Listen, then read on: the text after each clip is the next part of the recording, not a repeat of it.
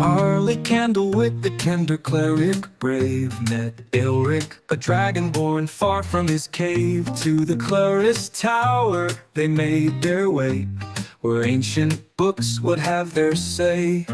A year among the tomes they spent, two worlds colliding, heaven sent. Arlie and Aelric, an unlikely pair, building a friendship beyond compare. Arlie's eyes danced through time's threads, while Aelric's scales gleamed among the spreads. She taught him of Kryn's rich history, while he shared tales of draconic mystery. A year among the tomes they spent, two worlds colliding, heaven sent. Arlie and Aelric, an unlikely pair, building a friendship beyond compare. Through dusty scrolls and parchments old, civilization stories Arlie told. Of kings and queens and courtly games, Aelric learned of politics' dark aims. In quiet corners they'd often sit, debating lore and sharing wit. Arlie's charm and Aelric's might, two cultures merging day and night. The dragonborn's eyes opened wide to Kryn's vast world on every side, while Arlie glimpsed with growing awe the honor in the dragon's law. A year among the tomes they spent, two worlds colliding, heaven sent. Arlie and Aelric, an unlikely pair, building a friendship beyond compare.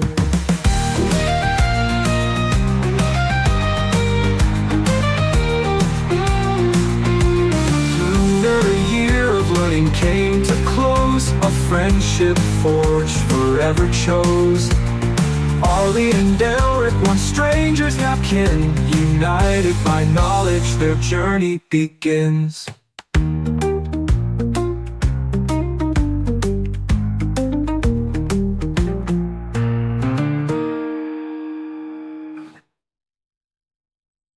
Oh, hoist up the sails, let the winds take a clip.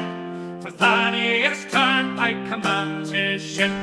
For good of the waves, a sailor so bold, with magical powers and a heart of gold. He-ho, Thaddeus sailed the endless sea, with little Bubo as wise as can be. Through tempest and tide, they roam far and wide, the Turnpike legacy, their unfading pride.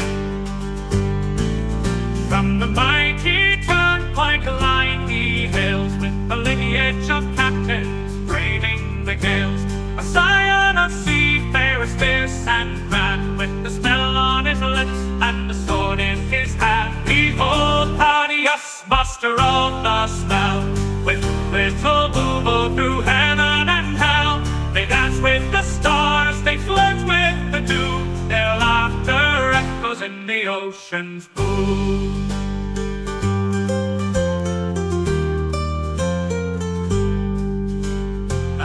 For his mate, little Bubo's his name. Together they soar in fortune and fame. With little Bubo, his talents wrapped in light, they summon the winds and the stars to their fight.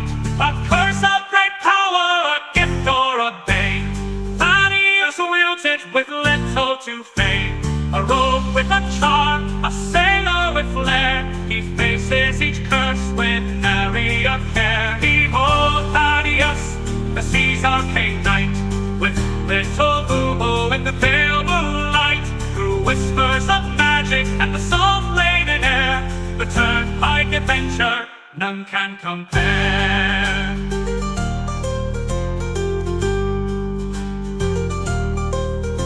So sing of the Turnpike, the legend, the tale, of Thaddeus and Bubo setting sail. For where the map ends, their journeys just start. The sea's in their blood, magic in their heart.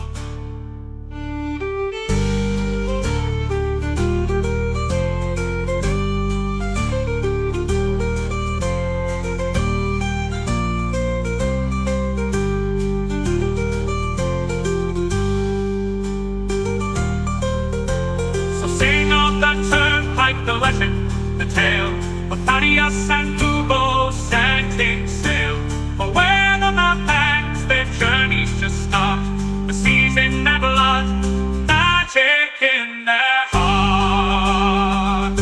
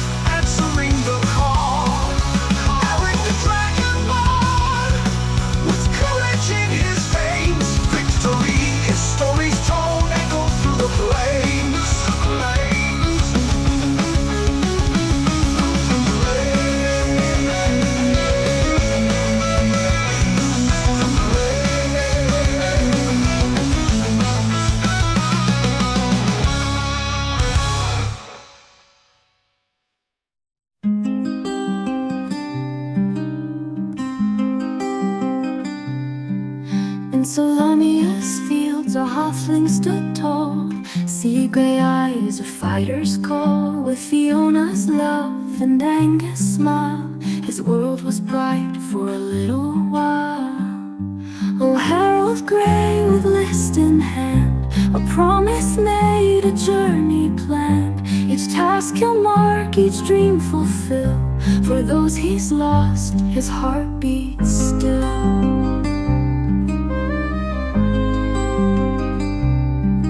From Zakar streets to golden fields, their family loved the greatest shield.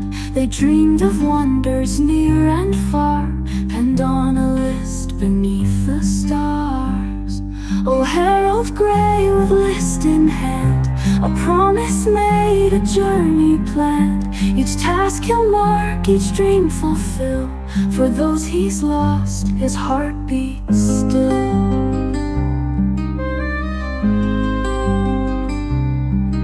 Young Angus fell on distant shore, while Fiona's kiss would come no more. A drunken noble, a vengeful blade, left Harold's world in darkness laid. But from his grief a purpose born, to honor vows that he had sworn. The list unfolds a final wish, a blade resisted a gutted fish.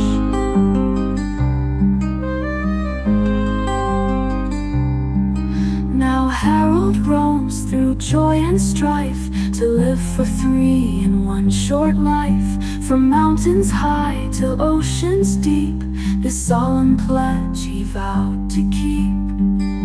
With boulder hat and iron will, he faces each task with hard-won skill. For every deed he sees it through, he feels their love forever true. And when the final task is done, when every battle's lost and won, he'll close his eyes, his duty clear, knowing his loved ones drawing near. In afterlife they'll meet again, their love eternal, free from pain. The list complete, their dreams fulfilled, a promise kept, a future will. Oh, Harold Gray, your journey's long, but in your heart they're never gone. With every dream that you fulfill, Fiona and Angus are with you still.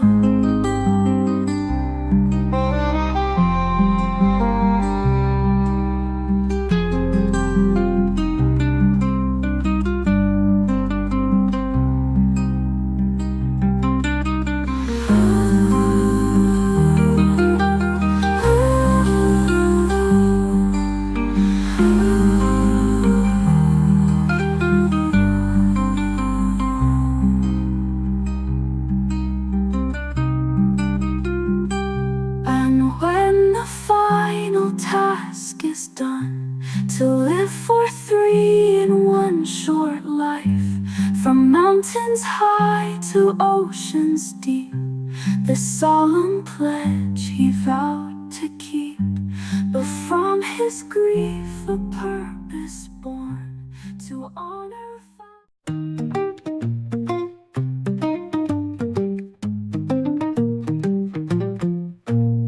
Arlie Candlewick, the tender cleric brave, met Elric, a dragonborn far from his cave. To the Clarus Tower they made their way, where ancient books would have their say.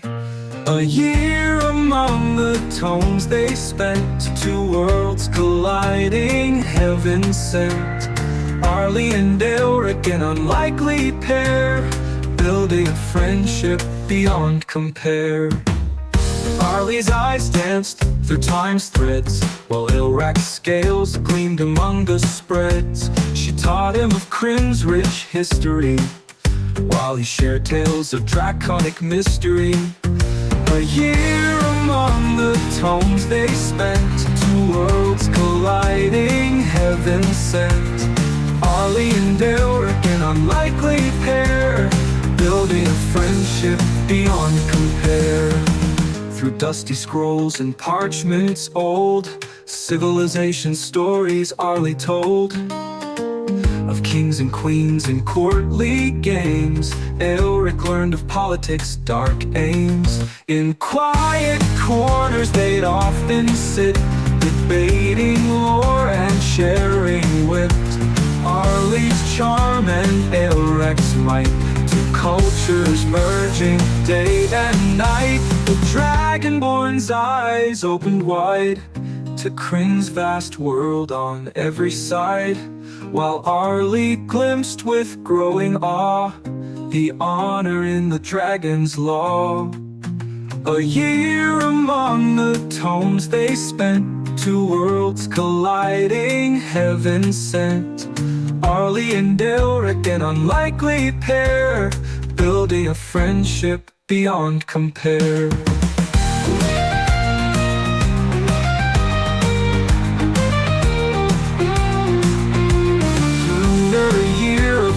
came to close, a friendship forged forever chose.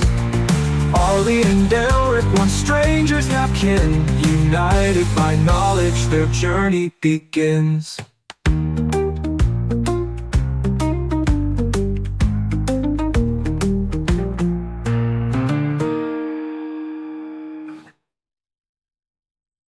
Oh, hoist up the sails, let the winds take a clip. For Thaddeus Turnpike commands his ship.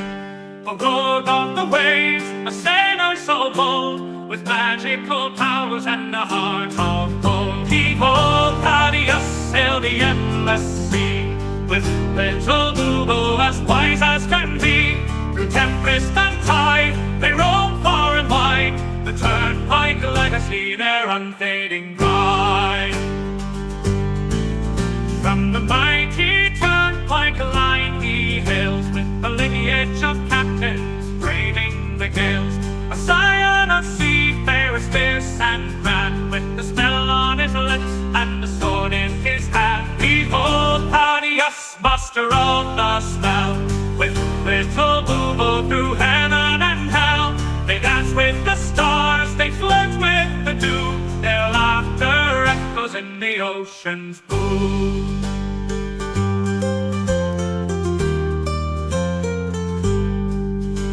And now for his mate, little Bubo's his name. Together they soar in fortune and fame. With little Bubo, his talents wrapped in light, they summon the winds and the stars to their fight. A curse of great power, a gift or a bane, Thaddeus wields it with little to fame. A rogue with a charm, a sailor with flair, he faces each curse with nary a care. Behold Thaddeus, the sea's arcane knight, with little Bubo in the pale moonlight, through whispers. And find the script. Welcome back. Welcome, honest, well-meant, honest gentles all. I'm using it because I'm in Stratford, Ontario. Welcome back to You Are Legion, the D&D game where you, the audience, all of you, all plurality of you, can join in and be a part of the story because why not? We want to have more fun. We want people to play with us. My name is Coy. I'm going to be your humble game master today. I am joined by a smattering of a regular cast of players, including Claire Hogan, coming from the center of North America, known as the Rectangle, Saskatchewan, playing as the Kender Cleric of Knowledge, Arlie Candlewick, the Troisième. Michael Keane, coming from the capital of Canada itself, Toronto, playing as the halfling with the list, Harold Gray. And now, ladies and gentlemen, let's get ready to rumble. Sean Boyd, playing as the last Blue Dragonborn, Elric Tiamatica. Weighing in at 1,500 pounds, he has a wingspan of over 12 feet, a long tail, and blue scales. Elric Tiamaticus. Last week on You Are Legion, we got into combat, and everyone knows that combat in D&D goes hard. We got through 12 seconds of gameplay, and a lot happened. Michael, you're often our. Oh yeah, we got an air horn in the chat. Keen, you're often very good at catching up on what's going on. Do you wanna give us a little as I bring up the right combat encounter map? Do you have a little off the cuff summary of where? Yeah, sure. So last week on You Are Legion, our Elric, Arlie, and Harold awoke from their dark visions with the Shadow Realm, separated from the rest of their party. In the distance, Harold heard the sound of clanging blades, guided the party to find some of the scouts from the Gut Rippers, tending to a unconscious Thaddeus, while Squeak Noir battled his old nemesis, the Chat Rouge, cinematically. But no sooner had a party arrived and they were attacked by dozens of will-o'-the-wisps, some fuck-off huge monster. Real scary stuff. So true. We'll be right back after these commercial messages. Wonderful. Thank you, Keith. Thank you. And eventually we'll have commercials that we can throw to. Maybe we'll even invent some, or get at us. I'll even take My Pillow's money at this point. I mean, hey, money's money, right? That's how capitalism works. So we are at the top of round 3. The last thing that just happened at the bottom of round 2 was our cleric used the cleric power of turn undead, and just so happened to be facing a bunch of undead, and it worked well. Why do I have the DM curse of not getting great rolls? Always bad rolls. But we can come back. I think we have our audio worked out. Last week we had a little bit of an audio thing. And because we have our audio worked out, that means I can throw on some battle music. So I'm going to make this work for the levels of our stream. Our players know how to change the audio on their own side to make it work. I want some battle music. Is it going to work? Am I going to get battle music? Who knows? Looks like maybe I won't get battle music. All right. Well, your loss, as someone once said, as Oscar Wilde once said.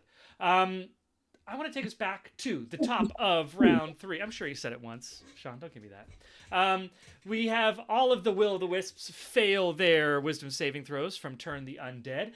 Except for 2, they all start clearing out of that space because it's we found the diameter, the distance from Arlie that they have to stay. So we are at the top of round 3. We're going through all of our Will-o'-the-Wisps. They are all moving away, except for these 2 that remain. And with these 2, they are going to attack. Actually, Arlie, can you tell me for undead that pass the saving throw, are they just unaffected, or do they have any negatives in terms of combat if they pass their saving throw? Sure thing. If the creature fails its throw, okay. So tell me what happens. What happens if they save its throw? I am unclear. I can read it. I'm just reading the description, and it's telling me what the creature does if it fails, but not what it does if it succeeds. Is that the question? Yeah. So if it succeeds, then that means, if it'll say something like or half if it succeeds. If it doesn't say it succeeds, then it succeeds. Then it succeeds. It carries on with its own personal agenda. Amazing. Okay, it carries on with its personal agenda. In that case, Arlie, these 2 Will-o'-the-Wisps are going to be closing in around you, this beacon of celestial light, and they're going to reach out with their little ethereal tendrils and touch you with an ethereal tendril in the same way that a jellyfish might. Does a 13 hit you, Arlie?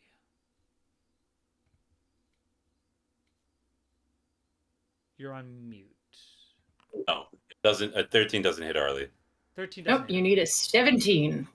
Darn it. Does a 27 then, I think? That's higher than 17. Boom! 1 for the DM. I'm getting too happy. I need to play. I need to play a game. Clearly, I'm starting to get to that point. 8 necrotic damage to Arlie, and Arlie will need to roll a Constitution saving throw.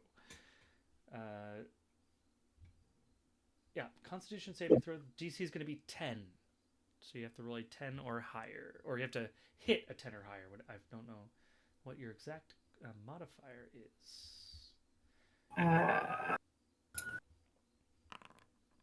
25. Roll. Okay. Pass your Constitution check. That means your max life stays the same, so you just lose that 8 necrotic those 8 hit points due to necrotic Youch! damage. Yeah, a little stink. Taking us to continued cinematic combat between Squeak Noir, ting ting ting ting ting ting ting ting ting ting ting ting, and now Harold's turn. Okay, I'm right here. I will attack the Will of the Wisp. Oh, I'm on Squeak Noir right now. Oops. Oh yeah. Let's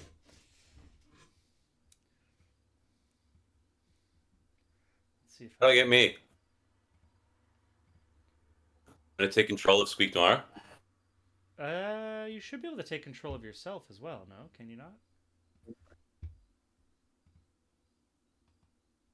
I'm clicking on myself. There we go. Got it. Yeah, cool. Yeah. I'll target the Will of the Wisp to my right. To your right. Cool.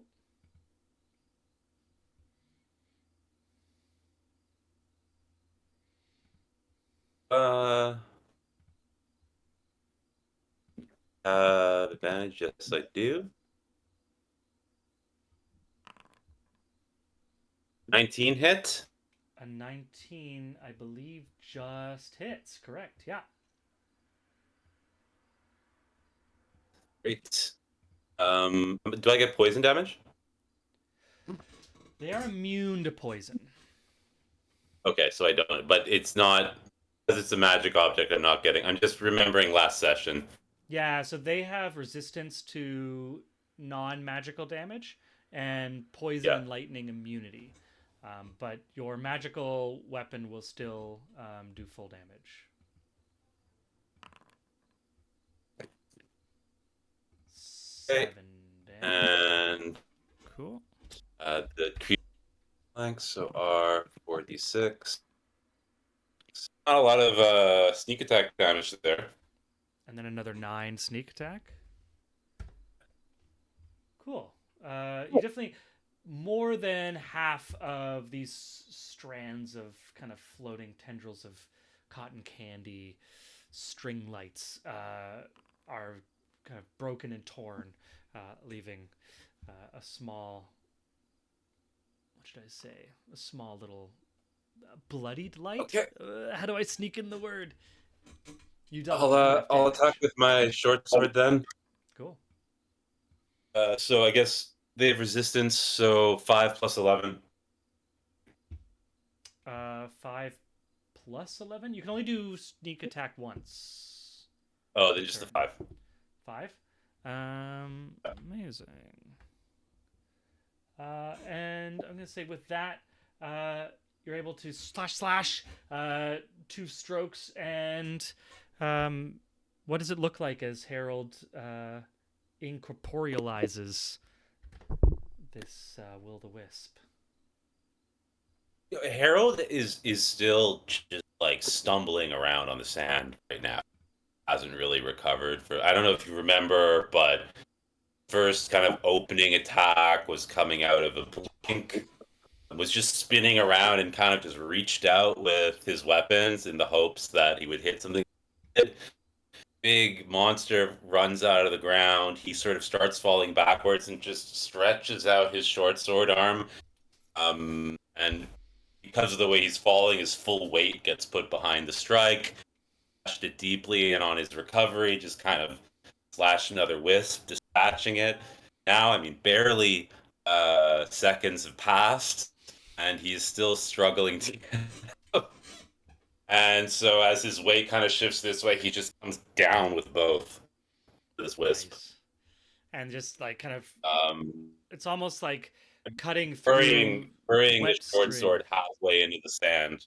Yeah, just over strength, but like just this puff of almost like pollen is left that dissipates quickly and loses its light and illumination. That is Harold's turn. You still have movement and bonus action, I believe, if you want.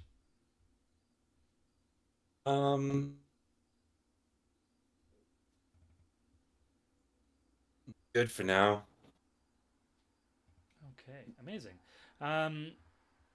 Next is going to be next to act. You see this mortal combat between rat mounted on a cat and a cat mounted on a English bulldog. Just to remind everyone the epic cinematic combat that is happening on this small cliff about 15 feet above your head.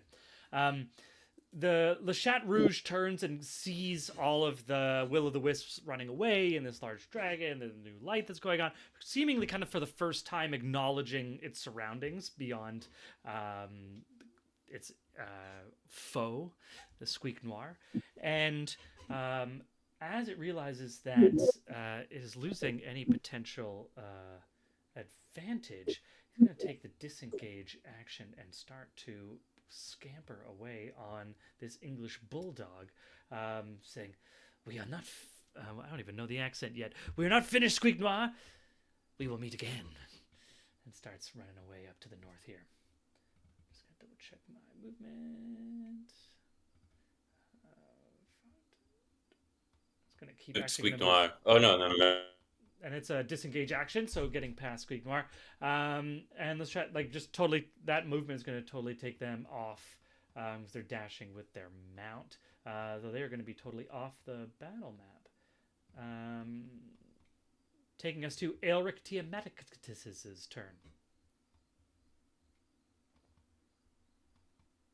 Great, so Aelric will move into basically stacking with Thad here, if it'll allow me to move. Let's see here. There we go. That's my movement, and then I will attack the Will-o'-the-Wisps. Wisp away. Yep. Here we go. And the roll. 23. That hits. And then the silver longsword, which is still chromatically infused. So if it does hit, only the chromatic infusion does damage on it. It's lightning damage. It's immune to damage. So it's actually, it's just going to take half the normal sword damage. Okay, great. That's fine. 25. 5 hits as well. Yeah. 15. Does not hit. 10. Does not hit. So Got 2 hits. 2 hits out of 4. Not so bad. 2 hits out. Yep.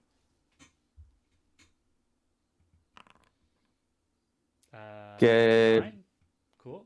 9 for the first, and then so yeah, 5. So a total of 14. 14 damage. Amazing. We'll leave it bloodied.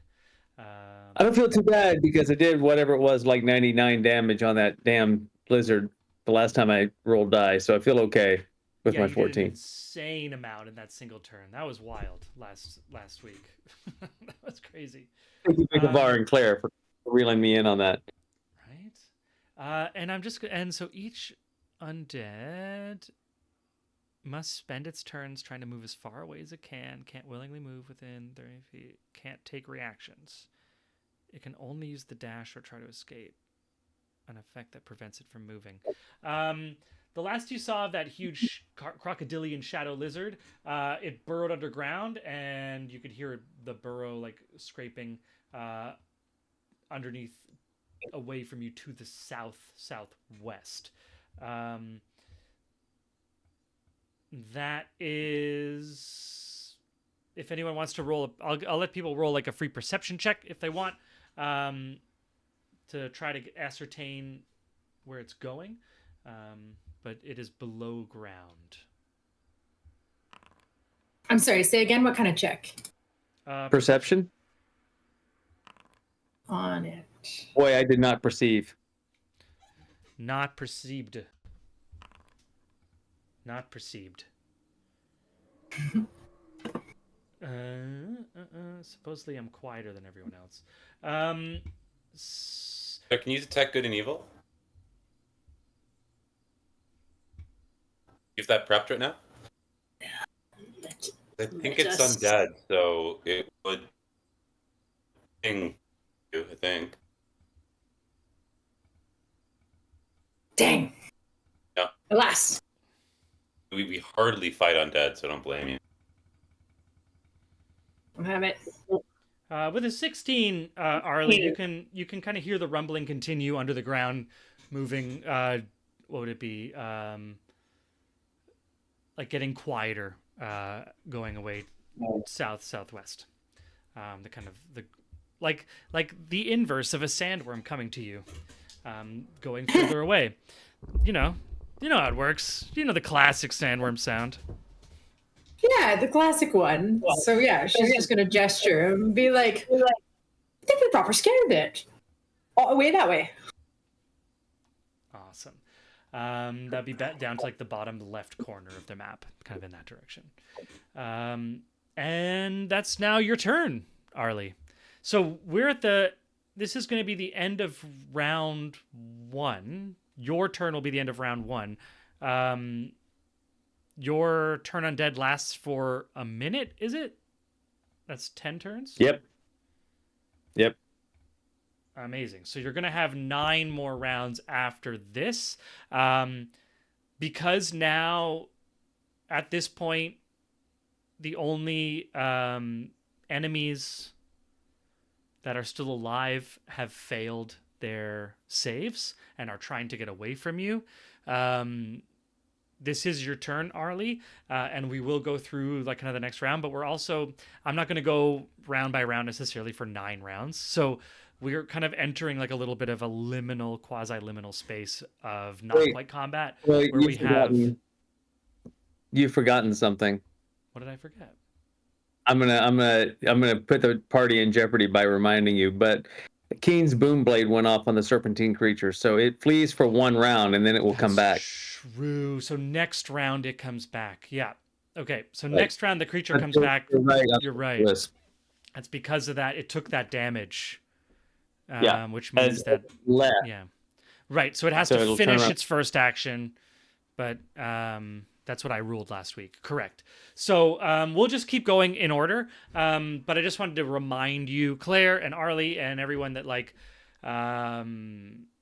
stuff is changing. But then you've reminded me as well, Sean, that the big baddie will be coming back in 6 seconds. Your turn, Arlie.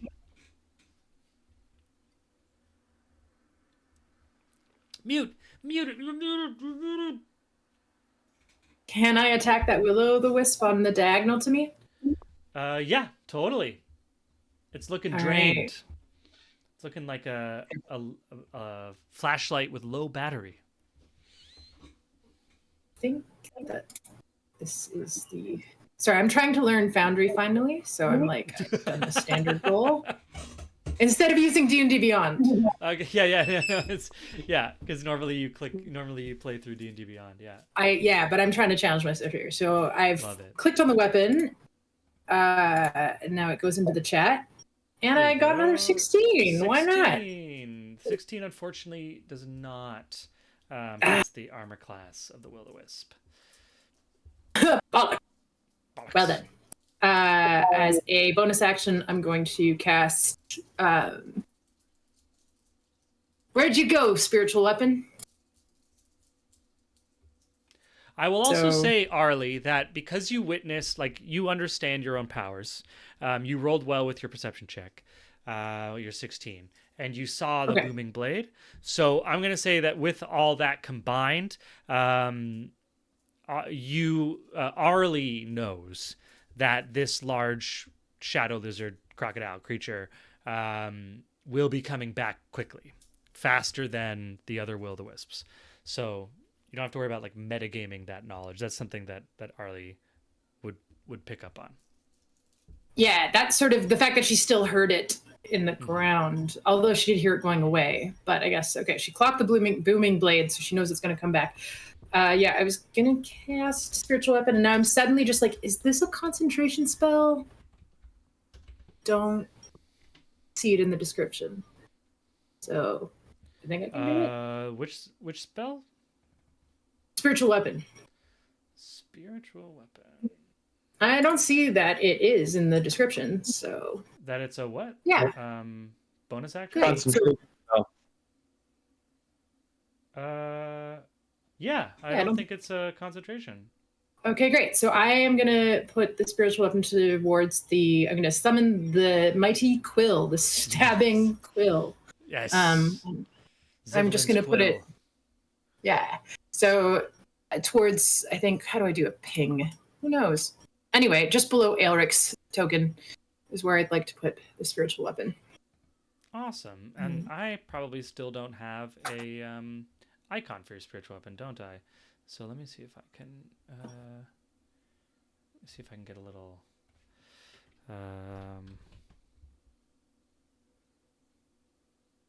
can I find like a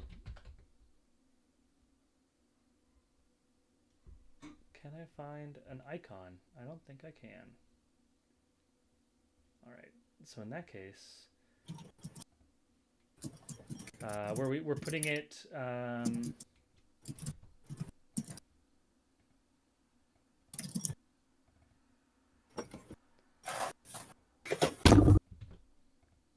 there you go.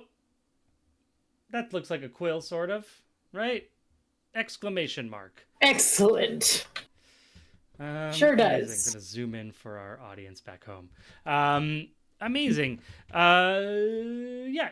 So your magical weapon appears. It's gonna use the same initiative as you. Is that right? It acts on your turn. I think that's the simplest thing to do. Mm-hmm. Some of them But like roll their own initiative. It just says as a bonus action on your turn, you can move the weapon up to 20 feet and repeat the attack against a creature within 5 feet of it. So I think it's designed for your own turn. Yeah. It takes your bonus action I'll be right back. It's your own bonus action to control it, so it's part of your turn. Oh, and you Like- have to make. Okay, we'll see in a sec, Keen. You have to make a melee spell attack to make it attack, right? Yeah. Okay. Cool. Yeah, it has its own. I mean, I assume that Foundry, when I click the attack button for it, it will use the melee spell attack. Yeah, Foundry. I haven't set it up to track your actions and bonus actions. It's not police. Well, I just mean if I click this, for example, like this is like if I click that, that should be what the spiritual weapon ranged spell attack. Okay, so it's for whatever reason, Foundry thinks that the spiritual weapon is a ranged attack. I don't know why. No, it's all good. I just wanted to make sure because it doesn't have its own attack. You have to use one of your actions to attack with it, right? My bonus action, yeah. So I will still get an action on my turn, but I won't be able to do anything else as a bonus action. I mean, unless I want to just let the quill chill. When It would be cast- pretty OP if it gave players an entire extra battle round. Yeah, you've always done it that way in the past. You've always used it in your bonus action, I think.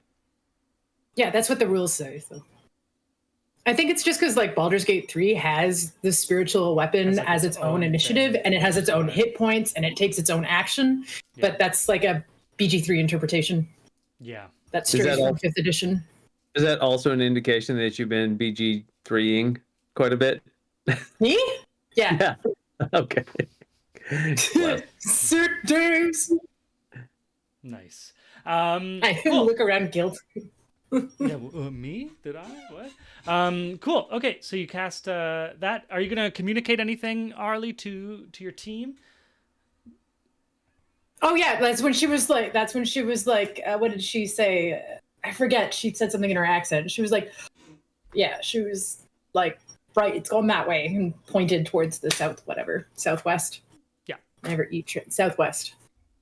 And, Yeah, like, and then it's- I guess she'll add. Andy will be back. Yeah. Awesome. Ready It's not yourselves. gone for long. Let the quill chill. Should go on leaving. Yes. Amazing. Yeah, we need more t-shirts. Okay. Any movement or anything else for you, Arlie?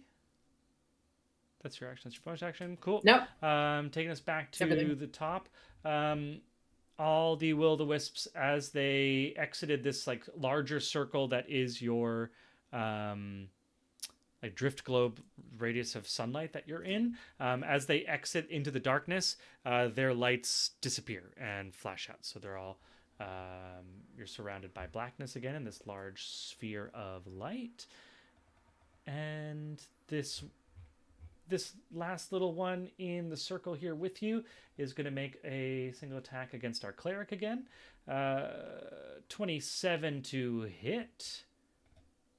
And 8 necrotic damage to Arlie. So that's 8 more damage for you, Arlie, and another Constitution save.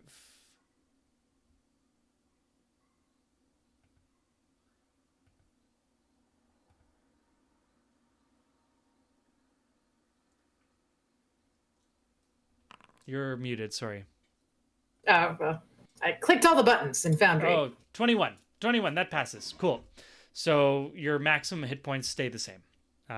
With a fail, your max would drop by the number the amount of damage you took. So that doesn't happen. Great. Bringing us back to Squeak Noir. Squeak Noir turns towards the direction of where Le Chat Rouge retreated back into the darkness, and is going to make a move to pursue. I'm going to say that anyone in the crew can make a call out of turn if they want to try to say something, to persuade or anything for Squeak Noir not to leave. Squeak Noir's just chasing the cat then, yeah? He's getting ready to. Squeak Noir will. It's his turn. So Squeak Noir will chase the cat, but I'm going to let y'all shout out off turn if you want to make. I'll give you like a free persuasion roll or intimidation, however you want to deal with it. If you want. Okay. I mean, Elric will. Yeah. Yeah. Elric's going to use intimidation. Cool. Yeah. What do you do? How are you Going the trying to wrong intimidate? way? You're going the wrong way? Yeah. Yeah, he's just gonna yell, "The fight is here!" And then amazing. rolling for intimidation. Oh, natural 1. He gives me the Natural finger and 1. moves out. No, the fight. It is here. And then I was going to say like the clump of hoofs, but it's a cat. So it's more just like as the cat runs off. That's my cartoon cat sound. And Squeak Noir runs off out of the circle of light on top of the library cat, disappearing into the darkness. Light. Avast, you I feline think Harold foe. has patience for people with agendas. You know?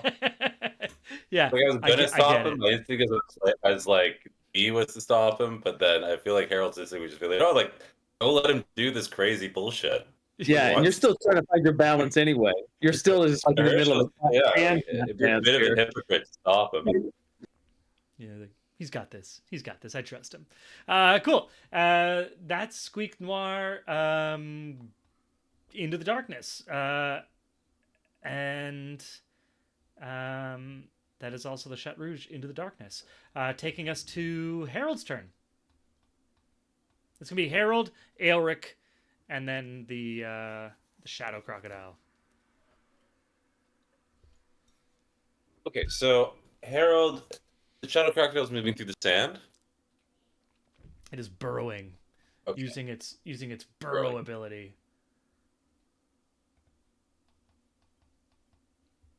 How high is the rock outcropping? What you are standing in front of is 15 feet. Okay. How heavy is that? Thad, I'm gonna say just for sake of it, he's under 200 pounds. Yeah, I can't lift him. So your jump, I'm just trying to double check jump height. High jump is number of feet equal to 3 plus your strength modifier. is how. Yeah, no, high I'd you climb can up jump. the side. Yeah. I'd climb up the side. And climbing, I'll just say this will be an athletics check. Oh my god. Let me just double check here. I think climbing is 2 feet. It's like double. It's like difficult terrain. So 15 feet climb would cost you your 30 movement points, whatever it is. And I'm going to say this is just going to require a athletics check as well. This will be you're in sunlight. So we're going to say it's a DC 10. Great, love that. Boom, DC 15. Harold scrambles up the cliff face.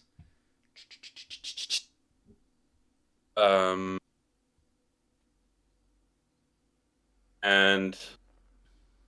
okay, let's break this up. Before Harold scrambles up, I forgot there was still a will-o'-the-wisp. I'm going to take an attack action on that thing. Yeah, of course.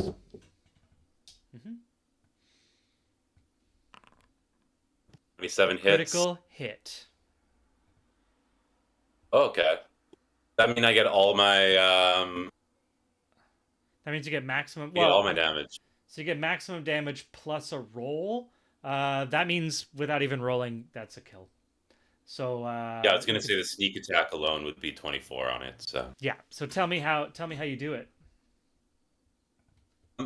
Harold, there's this crocodile creature. Arlie's warning the crocodile creature is coming back, and from his short sword in the ground position, just like is like, oh, that's bad. And Chip's turning around to scamper up the cliffside. So happens to run straight through the wisp. With his Harold, this fight, Harold has turned into like a Mr. Magoo. Yeah, this is like Harold's Jackie Chan fight scene. I love it. Yeah. The thing just bursts into air, and Harold will quickly scale the cliff wall. Awesome. Up you go. Get to the top of there. That's going to be 30 movement points, whatever that is. So you have 5 feet of movement. I moved still. another square, so Amazing. Cool. You still have a bonus and action. then bonus action.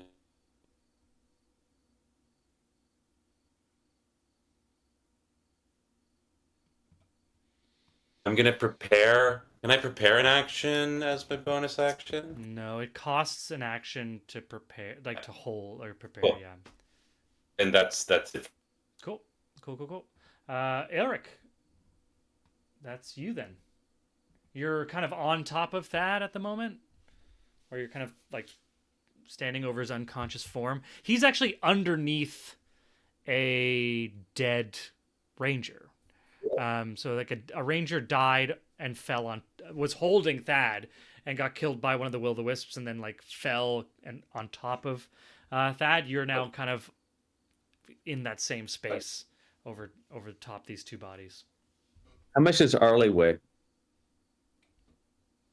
a good question. In full plate. I feel like it should just say on my character sheet, but Kender weighs Is it a about feature? 75 pounds. It says it's almost 75 unheard of pounds. for them to weigh over 100 pounds. So less than 100 pounds plus your plate Gear. mail, your gear. Let's see if you have a gear I weight. wish I was wearing plate mail. I'm pretty sure I'm wearing a scale mail. Correct, which is 45 pounds. So you weigh like, technically you're carrying 80 pounds. So I'm going to say you're like 150 pounds with gear. Okay. And Thad was what? 200 pounds all in. Saying 200. He doesn't have armor anymore, so, or ever. Really. Okay, so that's considered a heavy load for me. Can I grab Thad and then reach out my hand to Arlie and then fly to the top of that cliff? Hell yeah, yeah. Because with heavy, you move. Do you move slower with the heavy load, or like you're Yeah, encumbered? I move as an encumbrance. It'll cut all the movement down by like half, I think.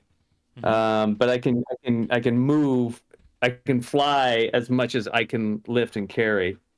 So Yeah, your flight is the same. Um, yeah, I can get so them that makes 15 feet. sense. If you can fly that with encumbrance, then yeah, you can do it So without.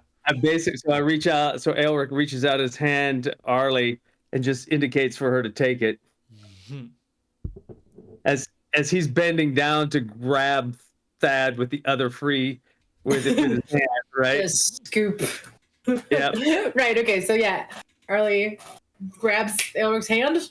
Great. And then she kind of, I guess you just kind of monkey yourself onto his arm or whatever you do. Okay. And he just kind of go. And he just kind of like wings out and gets up to the top of the thing to meet Harold up there. Inspired by Harold's John Woo like fight work and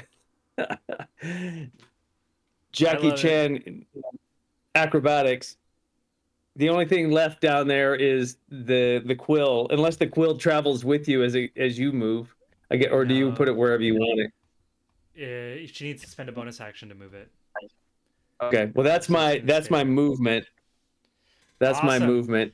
and So as Harold's like scrambling up the final and like lifting up, there's this the Elric's coming up, 2 people at arms, just unconscious Thad, Arlie kind of grabbed by, or half holding on, half grabbed by yeah, just dragging Dad's dead weight up to the top of the thing there and just like plopping all of us onto the top. It's probably not the best landing, but it does get us to the top of that ridge. Oh yeah, yeah, you're able to make it off. It looks, just like a big bird trying to take off from a standstill. It's a few empty flaps, but they work eventually. Yeah, cool. Awesome. That's your movement. That's my movement. And so we know that it's coming. So to be clear, I can use my attack to ready my attack, or what do I need to? You can use your action to ready an A action. react, an action. So, yeah. So what you would do is your action would be if X, then Y, right? So if something happens to trigger, then you can do something you're capable of that costs an action. If that thing doesn't happen, then you lose your prepared action.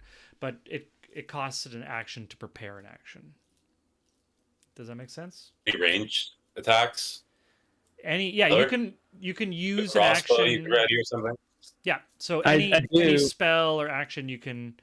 I don't have a spell worth a damn. I guess I could try this compelled duel thing. Yeah, I'll do that. You're gonna prepare your compelled duel. I'll prepare my compelled duel based on the fact if this thing comes back up in that hole right there. Yeah. So like basically, if you see it again, like within range, you'll Yeah. pass this. Awesome. Right. Yeah. Harold gives Arlie a look that a species reaches an average of 3.5 feet. Another species that reaches much the same height, when one of the big people has just lifted them up and carried them. Which is like It's like a sting to the camera in The Office. To be fair, he did just offer. He didn't grab her. She had agency. Yeah. I was gonna be like, sometimes it's handy.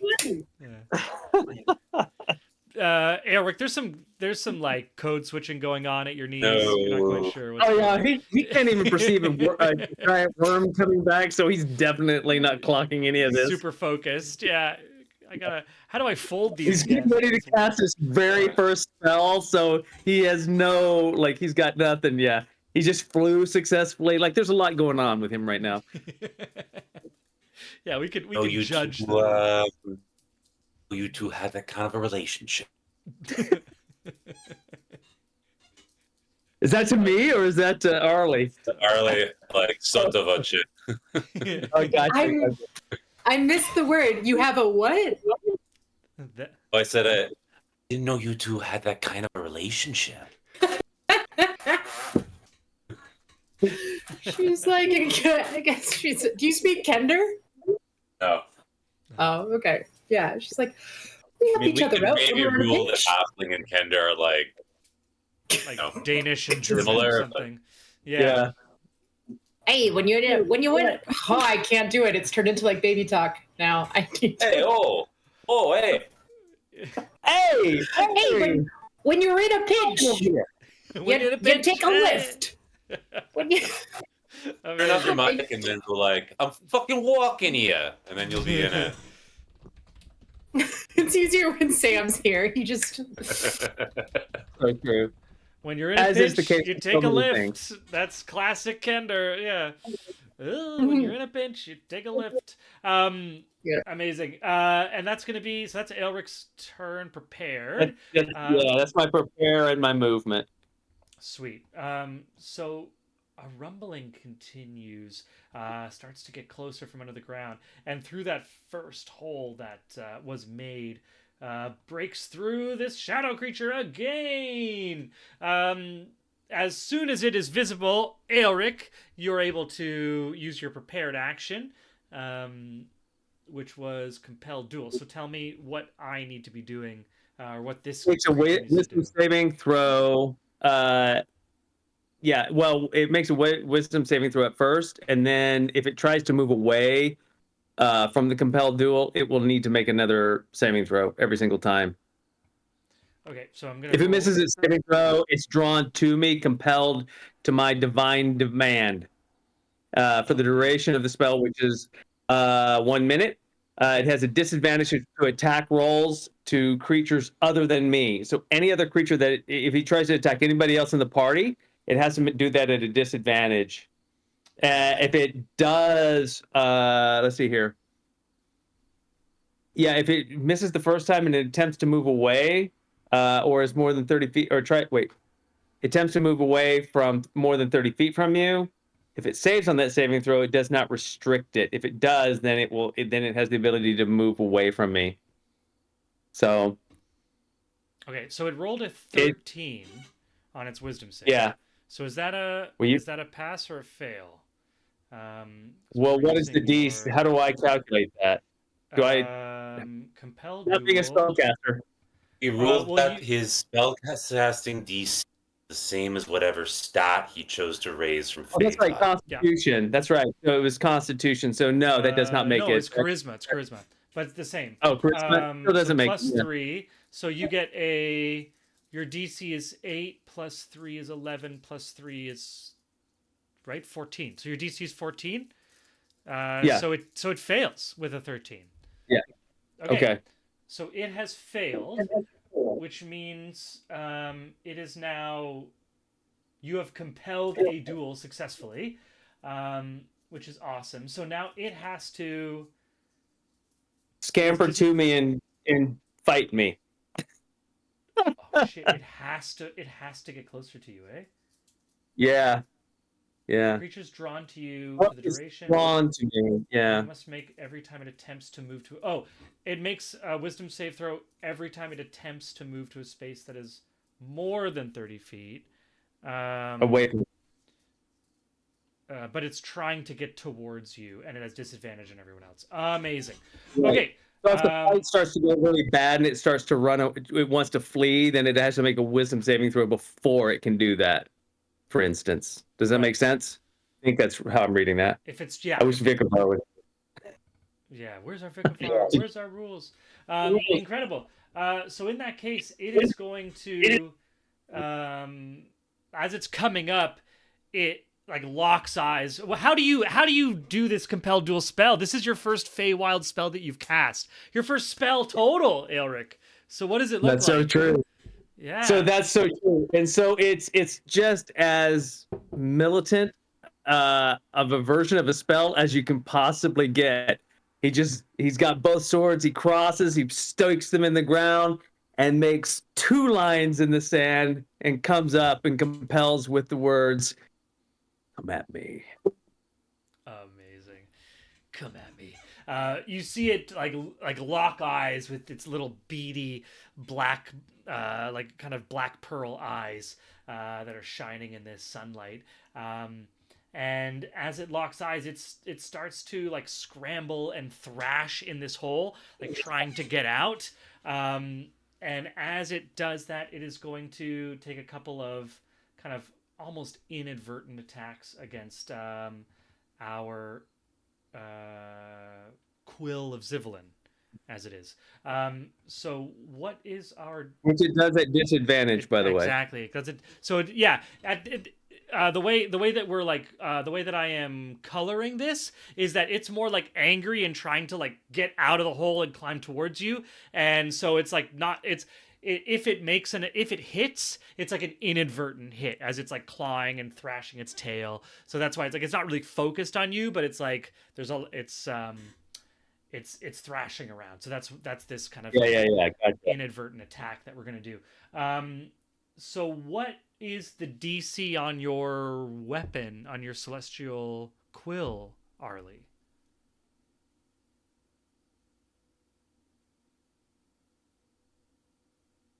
All We will lost be revealed. Poor All King's will be gone. revealed. He's gone to get Vicavar. Thank God. Get him myself.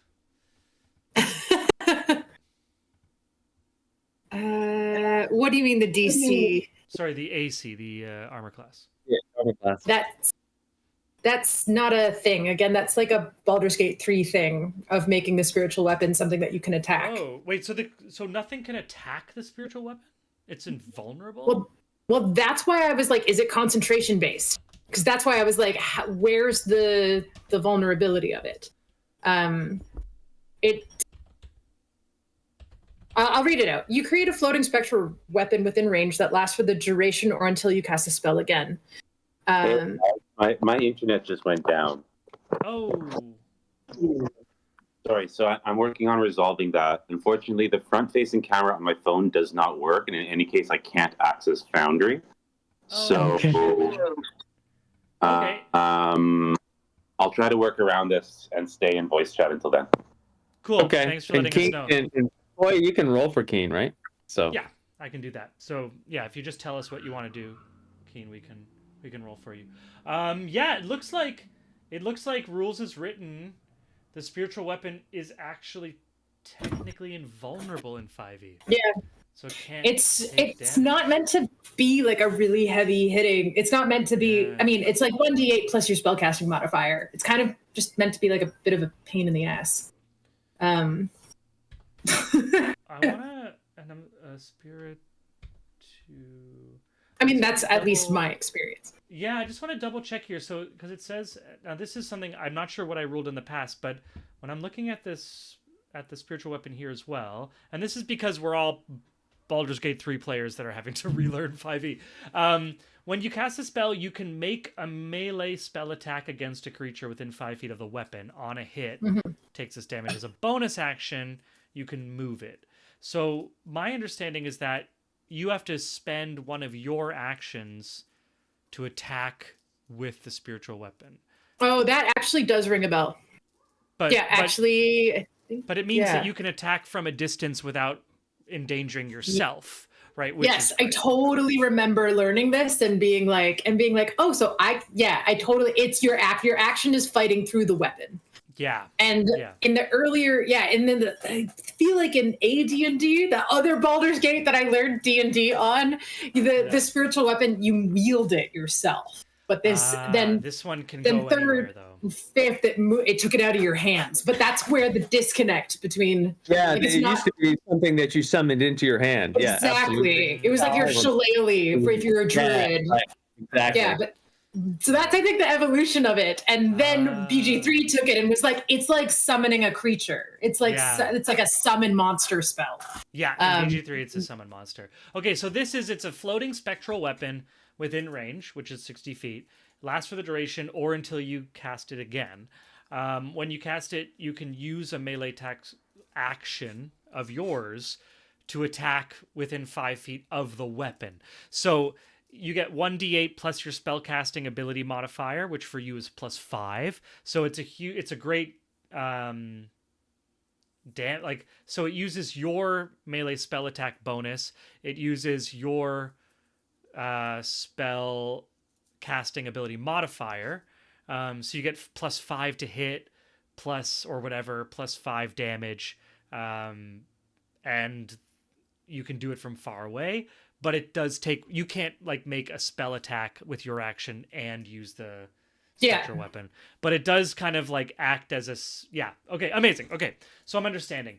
Great. So as it's thrashing, your Quill of Zivelin is just, you can explain to me, Arlie, does this Quill of Zivelin, is it kind of like immaterial if it's being attacked? Do things kind of pass through it? Or does it just kind of like, how does it avoid damage? Is it just kind of like damage, like it bounces off, or like what does it look like? Yeah. Being super agile, like because it's a quill. So I just picture it like I don't know if you've played the Hollow Knight, but there's this enemy or frenemy called Needle. I think she's called Needle, and she stabs you with a sewing needle, and it's so fast. It's like a super fast needle sword. So that's kind of like what I picture it. Just like evading in a way where you're like, I don't want to say that it like phases, but just like it's faster than the mind can make sense of. As quick as thought, as fast as thought. Exactly. There's a great Viking story about the speed of thought, which we don't have time to tell here. Amazing. So this creature is thrashing. It's actually going to then use its action to dash, and it is going to dash towards y'all. That is going to lead it, kind of like at the end of its turn, it's going to end up just like it's climbing up the edge of this cliff, 2 claws over the edge, its head coming up over. He's back! Keen's back. Amazing. But so it's like coming into range to attack you all, but it's used its action to dash, so it can't make another action or an attack on its turn. But it is now in that location close by. And that's going to be its turn. Incredible. D&D rules. Amazing. Combat is slow. Juniper, your turn. Great. I mean, so can my spiritual weapon attack, or is it in range? Oh, yeah. It's basically like, it's fully, it's the exclamation. All right. Whoops. Oh, this is so neat. If I click cast spell, it tells you all that I casted the spell instead of me just saying it. And then I'm going to roll to attack.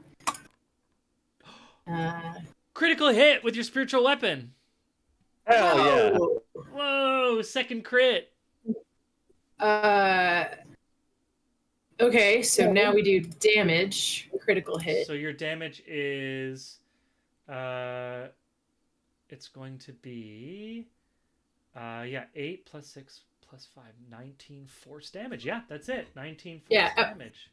I want to say the force damage sort of feels like, just because it's all academic with the Tree of Knowledge of Zivelin, it's like the pain of working on your, I don't know, dissertation, but missing the deadline, getting it done, or missing the meeting of having the peer review. Like just the pain, the forceful pain. Not that that would mean anything to this thing, so it's translated into force damage, but the damage from Zivelin's quill is like artistic ennui. Like it's like academic pain.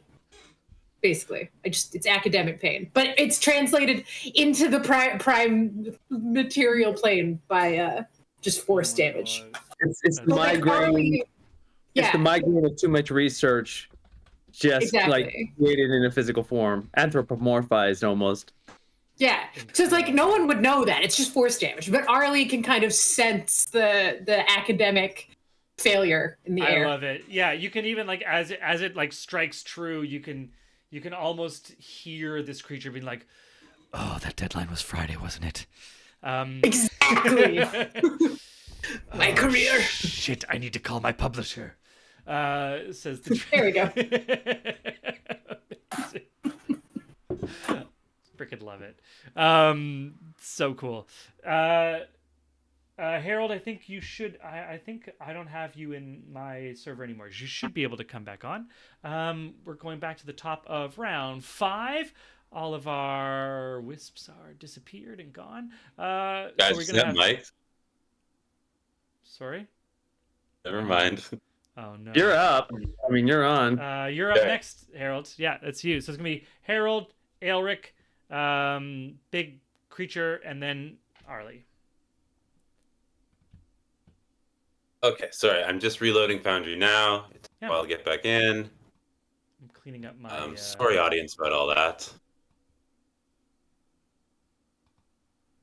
Oh boy, it's right there. Ah! Oh my. Yeah, it dashed up the side of the thing, but its focus is totally on me, so you can sneak attack the shit out of this thing. Oh, sorry. I talked dirty words. Sorry, audience. Oh, dirty words. One for the swear jar.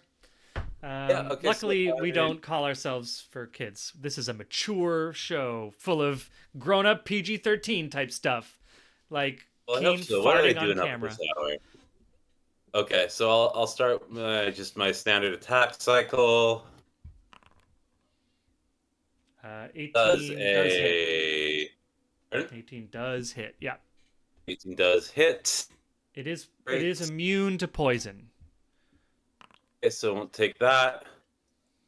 How about slashing? No, Why you're is good. more? That's fine. That's your sneak attack damage, right? So it's 17.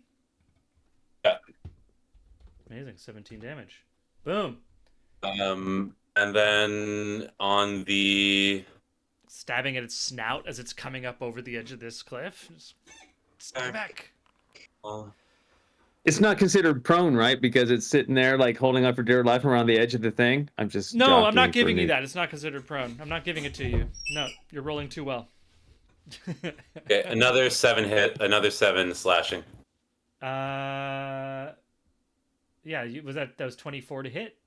Amazing. Yeah. So another 7 slashing. Cool. Sweet. 2 strikes at this large creature as it's coming up over. Huge creature. It's coming up over. Each one of its claws could probably like trap Harold or Arlie underneath it. The scale of this large beast. Yeah, you said this thing was enormous, right? I didn't even know that was a scale. But The scale is so size scale 5e. There's size chart here. You have tiny, small, medium, large, huge, gargantuan. okay. Humans So are is this- medium. okay. Halflings are small. Large is they fill a 10 by 10 foot square like an ogre. Huge is a 15 by 15 square. The examples it gives is fire giant here, or this creature that you're fighting right now. And then gargantuan is 20 by 20 or larger. God dang. Okay. Yeah, those are All the right. classifications. So we're just in melee right now, right? You're in melee now. So Harold's gone. It is now Aelric's turn, and then it's going to be this creature's turn. Okay.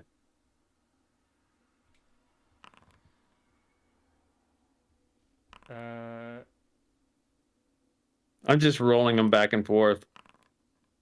I'm not doing very well. You have an unarmed strike or It shouldn't have been an unarmed strike. Am I? yeah. Oh, I I'm think it's the shit, same- I'm sorry. I'm rolling the wrong things. Hold on. Sorry about Okay. that. Yeah, I hit the wrong thing. Let me roll. Yeah. Sorry about that. Let me start again. Okay, let's start again. 27 Okay. hits. There's the first. Okay. 9 is 9. not going to hit. Yikes. Nope. 19 will hit. 19. Yeah, so 2 hits with his Shatter Spark, 1 hit with his 17? 17 hits. So you get 2 hits with your Shatter Spark, 1 hit with your Silvered Longsword. And We. it is not immune to lightning, so that lightning Okay. infusion, if it's still active, will... It is. play. It's only been. Yeah, it's only been 2 5 melee rounds. rounds since I activated it. Oh, right, cool, yeah, so go for it. So 'Cause I that's didn't- 3 yeah. 3 hits. Yeah. So the bonus is 3 on that I'm gonna roll the silvered one first. So it's 3 plus 8, so it does 11 damage, Amazing. and then Shatter Spark. Oops, yeah, that's right. 7 on the first one, 6 on the second one, for a grand total of, what was that? 24? Hell yeah. 13 and 11? Yeah, 24. Amazing. Where are you hitting it as it's like coming up? This is kind of an active, like just Just like right, I mean, the very first thing, I mean, it's teeth and face, right? I mean, I'm just like slamming away at that crocodilian face as it's sitting there. You know what I mean? I'm just hacking and slashing. Its eyes are on me, so Oh yeah. Yeah. yeah, I am just like giving it to him. Nice. Just slashing. Giving him the and it's, business. like, he's growling in the sound of darkness. I think that's a Simon and Garfunkel song. Amazing. Any bonus action for you? I am going to. Well, I can't really save it. No, I'm not gonna. I don't have a bonus action that I can use right now, unfortunately. That I want to use just because I just don't know. But I still have movement, right? We're on a new movement round. Yeah, you can move. Yeah. Great. So I am going to take flight. I go straight up 15 feet. Amazing. Okay, 15 feet up. You are going to. Can I? Hopefully that'll even open it up even more for you two. You know what I mean? Since it's going to be like fixated on the kid. Hell yeah. 15 feet up. It is going to snap at you because it's face first. It is going to take a snap at you with its jaw as an opportunity attack as you try to get out of its range. 14. I don't think that hits. No, it needs a 19. Amazing. So just the thought, and just the jaws close on nothing as you're able to away with your massive wingspan. Incredible. That's going to be the end of your turn, Elric, leading us to this large creature. Okay. It is a compelled duel. With its action, it is going to get to the top, get its like back feet up over the edge of this cliff, pulling itself on. It is then going to. It fills a 15 by 15 square.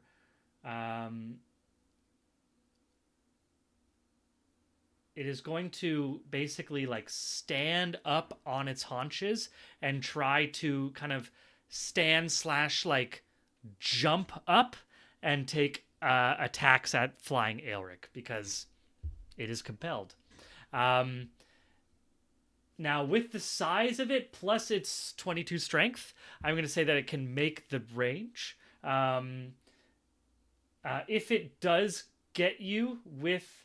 I am going to roll an athletics check, though, because it's on the edge of this cliff. If it fails this athletics check, then it will,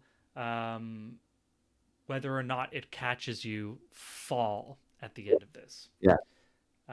So that's just a straight strength roll because it doesn't have athletics as a skill. Okay. Roll 25. So with the 25, it's going to take a leap. It's not going to necessarily crash itself down. It is going to get 2 claw attacks on Aelric. 26. That hits, right?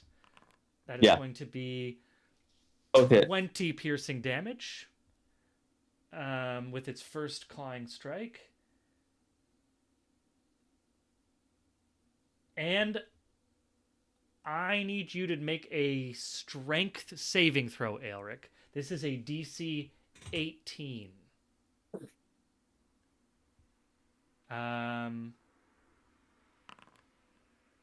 Ooh, I did not make it. 14. Okay. I will tell you what happens in a second. It attacks with its second claw. It is a 25 to hit. That is going to be 16 piercing damage. That is a total of 20 piercing plus 16. And with that, let me make sure with this. It must succeed. Okay, it doesn't have a choice. That's bad timing on my side. You are pushed, Aelric, 20 feet, horizontally only, luckily. That is going to be in the direction of its choice. 5, 10, 15, 20. You are popped 20 feet in this direction, but you are still 15 feet above the ground. You are above the lower ground now, so you are 30 feet above this lower ground. Okay. But you are now further away there. I'm going to say that this creature is now basically... I want to just make sure. There we go. Kind of like that. And with it's going to make a... As it lands, you are now out of its range for its final snap with its jaw. So it is going to take a snap at... let me roll a D. It is going to attack Arlie, with disadvantage here, because it is still mainly focused on Aelric. So this is a disadvantage attack. Does an 18 hit you, Arlie? Yeah? Okay. Sure does. Okay, Arlie, you're going to take 26 piercing damage as it kind of lands and almost snapping out of frustration and thrashing, and you end up in its jaw. You are going to need to give me a strength saving throw.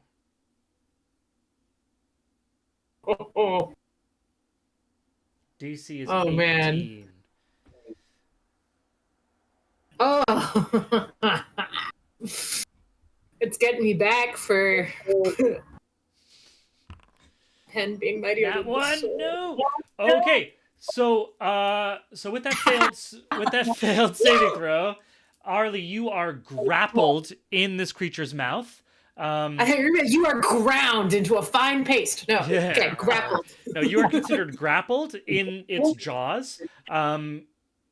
You can try to escape using an athletic check, like an action on your turn. That would be an athletic escape. Until you escape, you are restrained as a condition, which means your speed becomes 0. Attack rolls against you have advantage, and your attack rolls have disadvantage, and you have disadvantage on dex saving throws. You are restrained. Now, I don't think you have disadvantage on your spiritual weapon, though. So you technically wouldn't have... It sounds like a DM ruling. Yeah, I think rolls against the creature have advantage. The creature's attack rolls... I'm going to roll a luck roll here just to... So yeah. So I'm going to say that you do it was 3 on my luck roll there. So you do have disadvantage even on your spiritual weapon just because you're a bit distracted. I'm going to say it's just like a little distracted, stuff's happening. So you are restrained. Amazing. And that is its turn. Finally hit with one of these rolls. The problem is I always try to attack the tank, and the tank can't get hurt. And my enemies are not smart enough. Arlie, you are up next. You find yourself restrained inside the locked jaws of this huge creature. It's so big, it's not even like pinning any of your body parts. It just has closed its mouth around you. And you are just inside its mouth. So I'm not like in between the teeth. I'm in its mouth. You're just straight up in the mouth, and like the Like teeth a are... whale. Yeah, fully. Like its teeth, some of the teeth are longer than your femur. Like these are huge teeth. And like some of them are like thicker than your arm, these teeth. So it's got that kind of crocodilian jaw. So like as the teeth interlock, like you can almost peek through them, or yeah. So she's just gonna be, oh, I don't like this at all. Not at all. She's gonna cast Healing Word on herself. Cool. As a bonus action. Yeah, Sweet. At higher levels, when casting this at a spell slot of 2 or higher, how many second level spells? I am casting it at level 2. Okay, second level, let's go. Why? Sorry, I don't know what I'm doing. Oh, I see. Okay, how do I tell it what level I want it to go at? Sorry, messing around with Foundry. Oh, I'm Just still not good enough. cast it. Healing. Oh, there it goes. When it comes up. All right, I'm going to use that. Sweet. Did that work? Yeah. Okay, Did you upcast it? I did. So you rolled 2d4 plus 5 in that roll. Should you have an extra? You rolled 2 1s and a 5. And plus Fuck. 5. Are you supposed to roll any more dice because you upcast it? That it would be 1d4 otherwise. Okay, cool. So unfortunately, you just bonked those 2 rolls. Oh, so it's 7. brutal. Yeah. Okay, So so you get that's. 7 health back. She's just like, I guess I can't cast very well in the dark, despite my dark vision and this Lightbringer, whatever.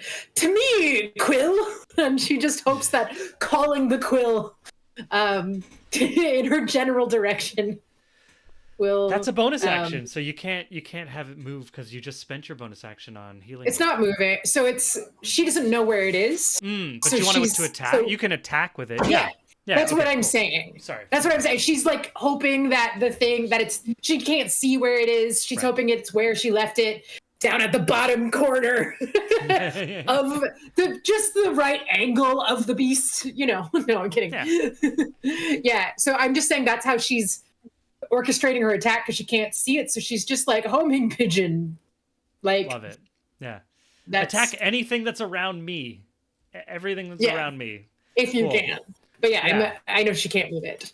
Yeah. So alright. give me a roll. This is gonna be a disadvantage. As we figured out.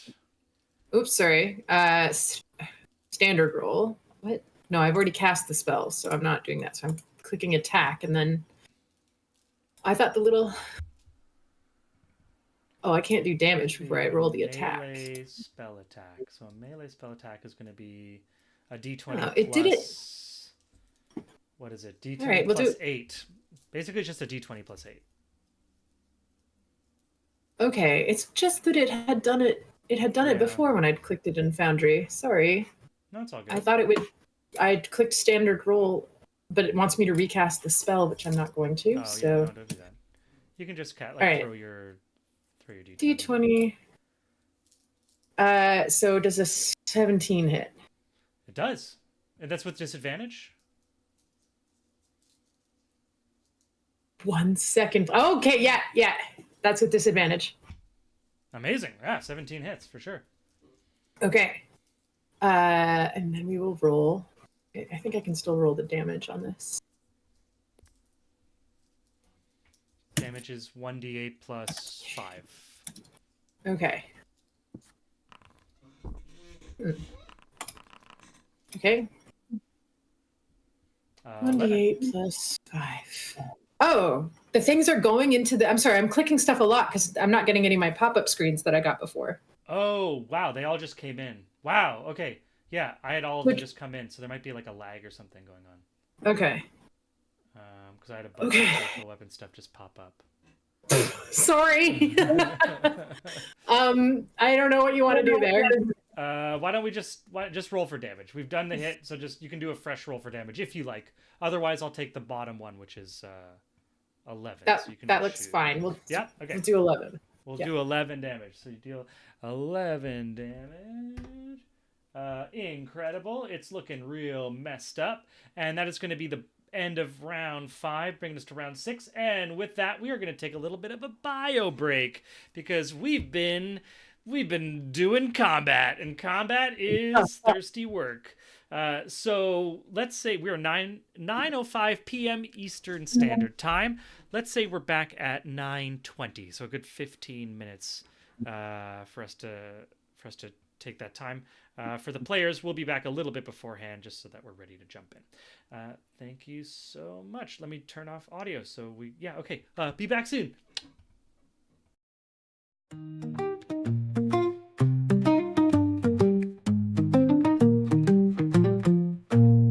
Arlie Candlewick, the Kender cleric, brave met Aelric, a dragonborn far from his cave. To the Clarus Tower they made their way, where ancient books would have their say. A year among the tomes they spent, two worlds colliding, heaven sent. Arlie and Aelric, an unlikely pair, building a friendship beyond compare. Arlie's eyes danced through time's threads, while Aelric's scales gleamed among the spreads. She taught him of Kryn's rich history, while he shared tales of draconic mystery. A year among the tomes they spent, two worlds colliding, heaven sent. Arlie and Aelric, an unlikely pair, building a friendship beyond compare. Through dusty scrolls and parchments old, civilization stories Arlie told. Of kings and queens and courtly games, Aelric learned of politics' dark aims. In quiet corners they'd often sit, debating lore and sharing wit. Arlie's charm and Aelric's might, two cultures merging day and night. The Dragonborn's eyes opened wide to Kryn's vast world on every side, while Arlie glimpsed with growing awe the honor in the dragon's law. A year among the tomes they spent, two worlds colliding, heaven sent. Arlie and Aelric, an unlikely pair, building a friendship beyond compare.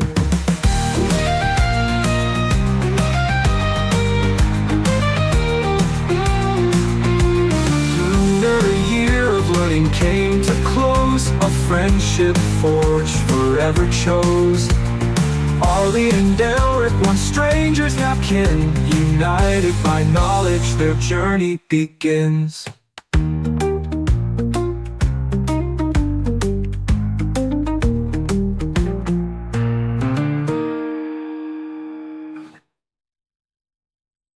Oh, hoist up the sails, let the winds take a clip. For Thaddeus turned, I command his ship. A rogue of the waves, a sailor so bold, with magical powers and a heart of gold. Behold, Thaddeus sailed the endless sea, with little Bubo as wise as can be.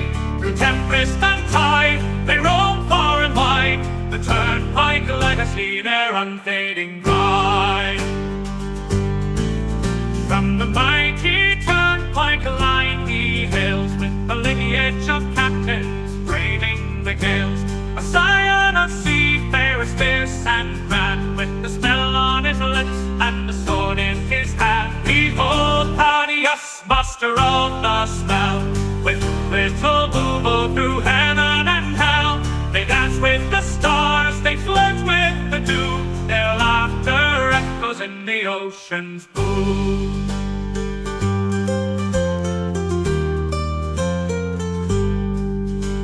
And now for his mate, little Bubo's his name. Together they soar in fortune and fame. With little Bubo, his talents wrapped in light, they summon the winds and the stars to their fight. A curse of great power, a gift or a bane, Thaddeus wields it with little to fame. A rogue with a charm, a sailor with flair, he faces each curse with nary a care. Behold Thaddeus, the sea's arcane knight, with little Bubo in the pale moonlight. Through whispers of magic and the soft laden air, the turn none can compare.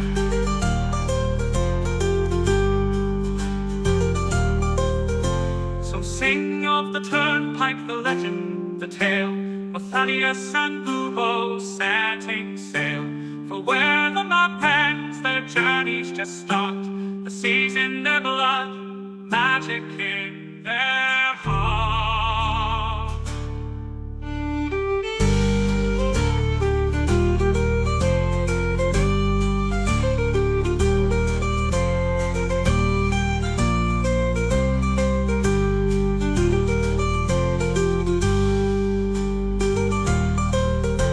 So sing of that turnpike, the legend, the tale, of Thaddeus and Bubo setting sail.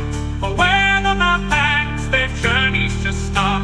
The seas in their blood, magic in their heart.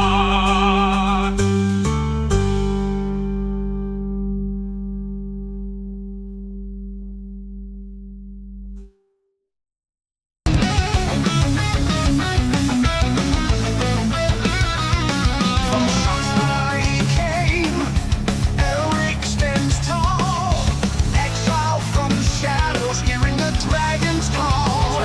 Blades in hand, justice his only creed. Through blood and thunder, he sets the captives free. Mountains tremble, his more cunning night. Scale and steel, he brings the fight.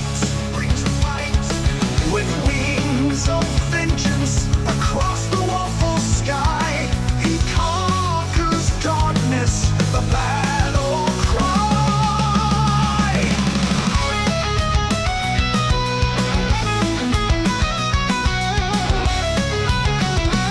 Alric the Dragonborn, mighty hero, one and all, wielding lightning breath, answering the call.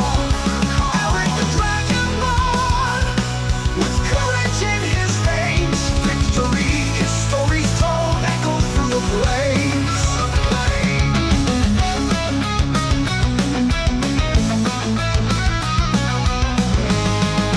Forging through battles, legends in his wake.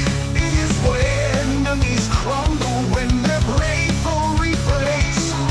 Questing for glory through lands afar, guided by the storm, following fate's star.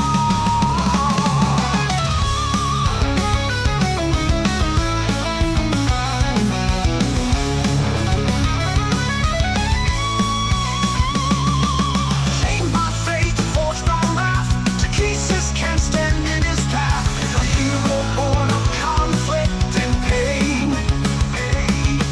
Destiny carved in torrents of rain. Lightning in his veins, vengeance in his stare. Shatter the heavens, the dragonels beware.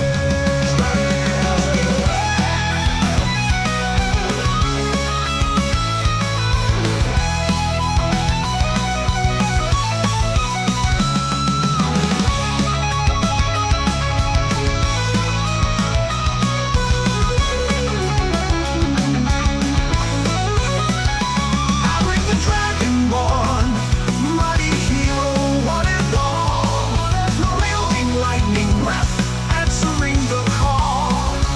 Alric the Dragonborn, with courage in his veins, victory, his story's told, echo through the flames.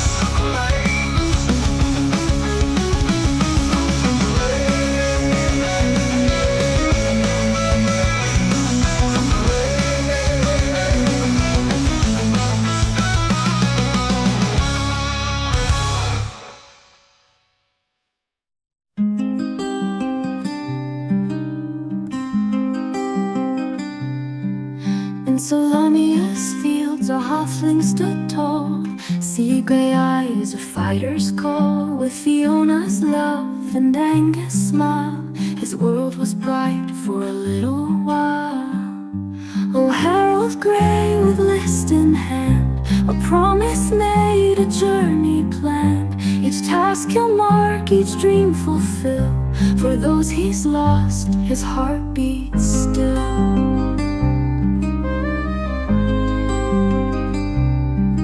From Zakar streets to golden fields, their family loved the greatest shield. They dreamed of wonders near and far, and on a list beneath the stars. Oh, Harold Gray with list in hand, a promise made, a journey planned. Each task he'll mark, each dream fulfill. For those he's lost, his heart beats still.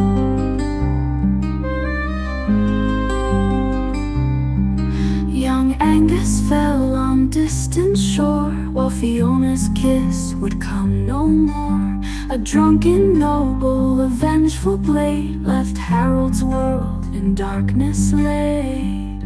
But from his grief a purpose born, to honor vows that he had sworn. The list unfolds, a final wish, a blade resisted a gutted fish.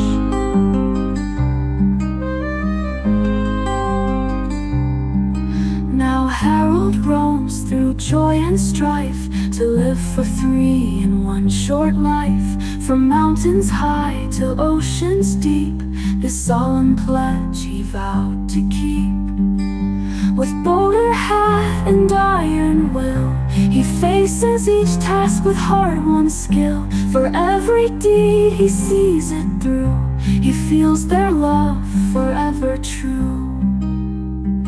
And when the final task is done, when every battle's lost and won, he'll close his eyes, his duty clear, knowing his loved ones drawing near. In afterlife they'll meet again, their love eternal, free from pain. The list complete, their dreams fulfilled, a promise kept, a future will. Oh, Harold Gray, your journey's long, but in your heart they're never gone. With every dream that you fulfill, Fiona and Angus are with you still.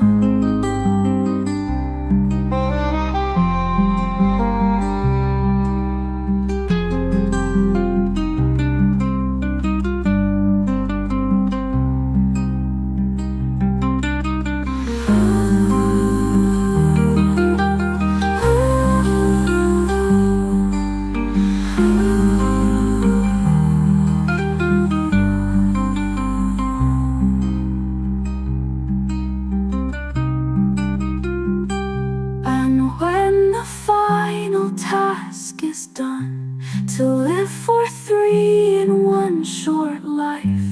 From mountains high to oceans deep, this solemn pledge he vowed to keep.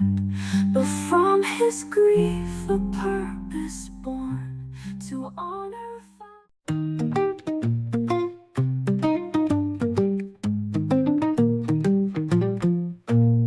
Arlie Candlewick, the Kender cleric brave, met Aelric, a dragonborn far from his cave. To the Clarus Tower they made their way, where ancient books would have their say.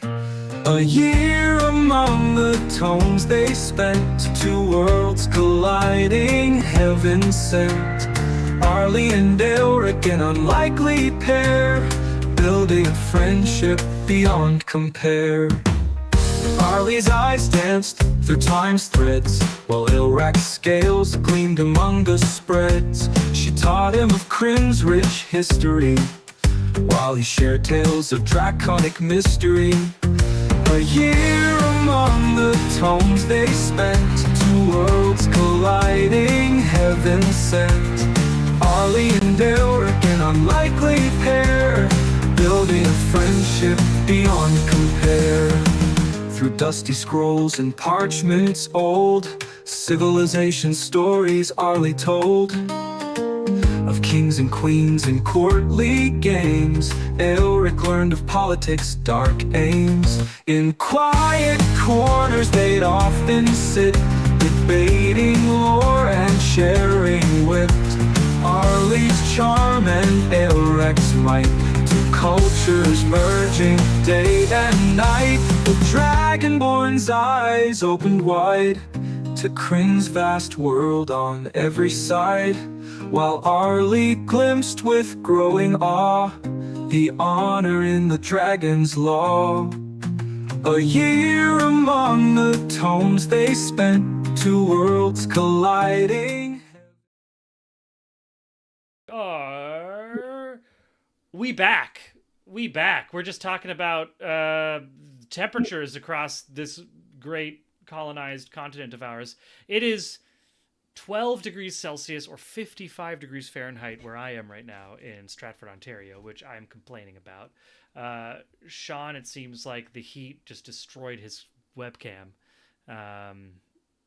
Officially burnt out. It's been, he said, in the like above 100 degrees Fahrenheit, above 40 degrees Celsius for like the last 2 or 3 months in Vegas. That's right. Coming in. We had the hottest temperature ever recorded here this summer. That's insane. I know. Oh, Vicovar's here.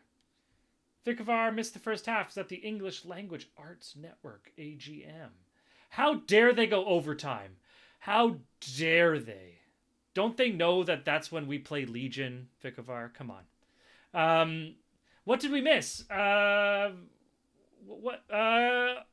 what did Vicovar miss for the first half of today? Oh my goodness. I know what Arlie did. I'm not super clear on what I mean. Okay. My highlights were Elric grabbing Thad's unconscious body and offering a hand to Arlie and her scrambling up so that he could then fly out of sort of range of the crocodile digging thing we're fighting, the undead crocodile monster or whatever it is. It was, when we left off with our last game, it was briefly turned and then it got hit by the booming blade, so it made its way back into combat. Currently, Arlie's trapped in its mouth and considered grappled. So that's happening, and unfortunately, I don't know the moves that Harold has made. Harold has made some moves, but I haven't fully clocked the nature of them. Harold's not stabbing stuff. Nothing too exciting on Harold's end. Just stabbing stuff. Bit of banter. A little bit of we described it as his Jackie Chan combat. This is his Jackie Chan combat because everything seems to be like, or Mr. Magoo. He's like stumbling back into an attack and doing this kind of successful stuff. The last thing that happened was everything is working out great for him. Everything's working out great for Harold. Yeah, Harold's doing great. Elric flew up the cliff face carrying unconscious Thad and Arlie, and then used his first ever spell, which is the Compel Duel from his Fey-touched feet, to make this creature look at him and him alone. Come at me, brah. And it did. It tried to. And then in frustration, after it knocked him out of its own reach, because of the DM using dumb abilities, it snapped, and Arlie now finds herself in the closed jaws of this huge crocodilian undead monster creature thing. That's where we left off. So we are still in the center of this light patch, being lit by our Helmian light source of Helm. And Arlie is inside this creature's mouth.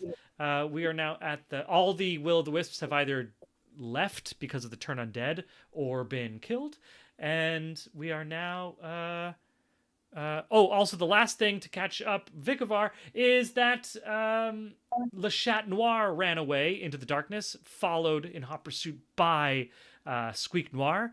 Elric tried to convince Squeak Noir to stay and failed. And so the two of them are gone. They're off continuing their own adventure, combat, melee. Bringing us to the top of round 6, Harold Gray. Fight! Right? All right. Am I under it right now? Oh no, I'm right on top of it. Okay. But it's definitely not facing you, buddy. Yeah. It is looking good. out, yeah, at Elric there.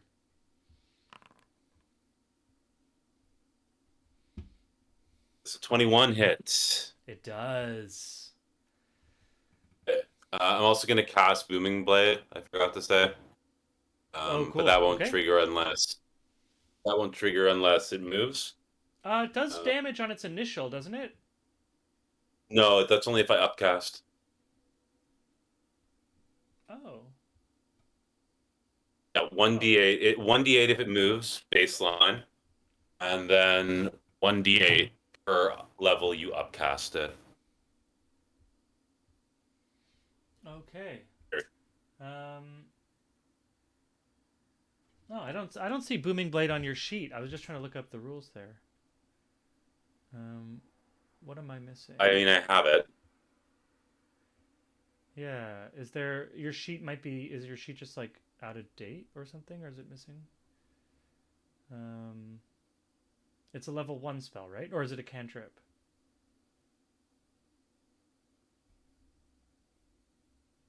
I'm just trying to pull up the rules.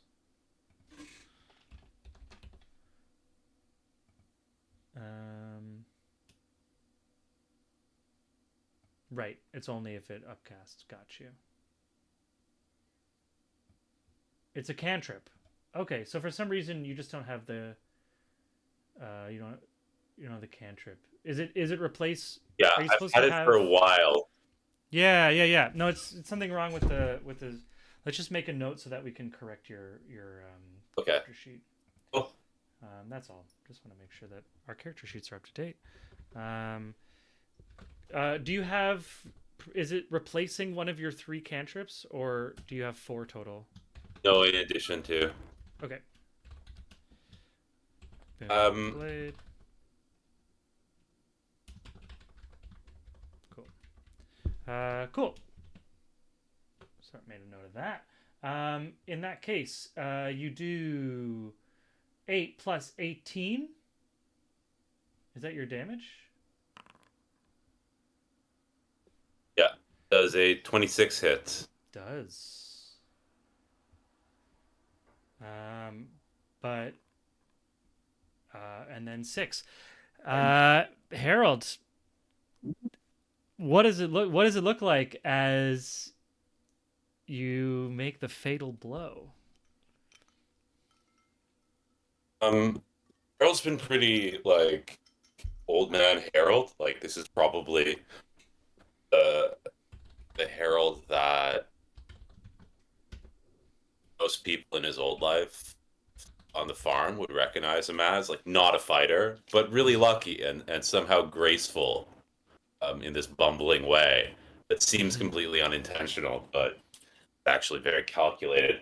But as soon as he sees Arlie disappear into this thing's gaping maw, he just regains that energy of a not of violence, but of just like a butcher handling and cutting.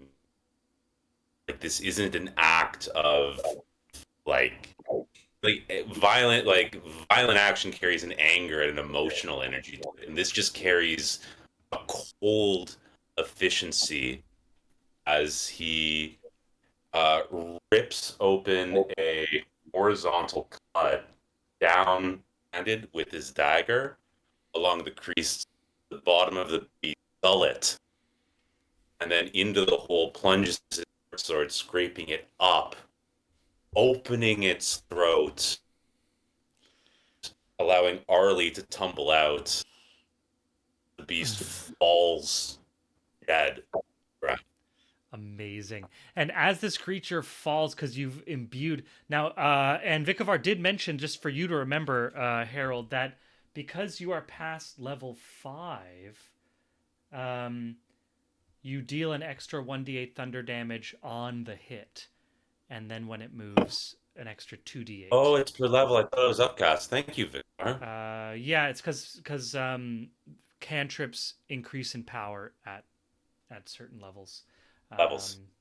Yeah, so you get that extra. So I'm gonna just say for some cool fun, as it's just like basically all of its underjaw from throat to the front of its chin just opens up. Arlie falls out under its tongue, flops out under that as well, hanging down as a little Colombian necktie, and it starts to tumble off the edge of the cliff. As it tumbles off the edge of the cliff in its final moments of life, it triggers this booming blade, which then just there's a little because the booming blade is kind of like at the point of impact, which is basically at its brainstem where you made that contact. So as it falls, there's like a as the depth charge of booming blade explodes into its brain pan, and it just falls down onto the ground. Does it spill over the edge of the thing, or does it land on the edge there, or does it fully just like spills right over the edge, fully crushes those Calaman Rangers that were already dead at the bottom. Would have crushed Thad had you not already picked him up and brought him to the top of the cliff. So he is safe, luckily. I just want to add that the electrical energy pulsing creature enervates its heart one final time, and Harold, Arlie both are completely sprayed in this thing's viscera. Ichor and viscera. Like a fire hose. Just like Ghostbusters 2. Like when it's covered in, or like an old Nickelodeon show from game show from like one of those people getting oozed or whatever. Just fully incredible. That is Harold's turn. There are no more bad guys in our combat order, but our turn undead is about half. We have about 30 seconds left of our turn undead. So we are going to, I am going to say we are coming out of combat. I'm going to just change our live stream a little bit. So we are now player face dominant, because that's what we like to see. Slimed, gross, says chat. But we now have about 30 seconds. Looking back at all those stories coming out of Nickelodeon Kids, like that show had to just be some pretty fetish story. Like, there's no fucking way. There's a Katy Perry gif that you can look up where the Katy Perry got slimed, and it was clearly someone was like, I'm just gonna tiptoe past that one, but you can look it up. GIF, Nickelodeon GIF. I'm gonna finish through. I'm just gonna go through the order to give you kind of an opportunity of saying what you want to do. We can also talk a little bit. We have about 30 seconds before your turn undead finishes. So to finish out this round, and then we go into kind of a liminal space here. Aelric, then Arlie. What do y'all want to do? This is going to finish out, like this will be within your action, your turn. So it will be within this 6-second chunk of round 6. After this single action, I'm going to say you have 30 seconds to the end of it. So Aelric, you are up first. Okay, so Aelric's gonna move back to the party as his movement. Oops, I grabbed the wrong thingy trigger.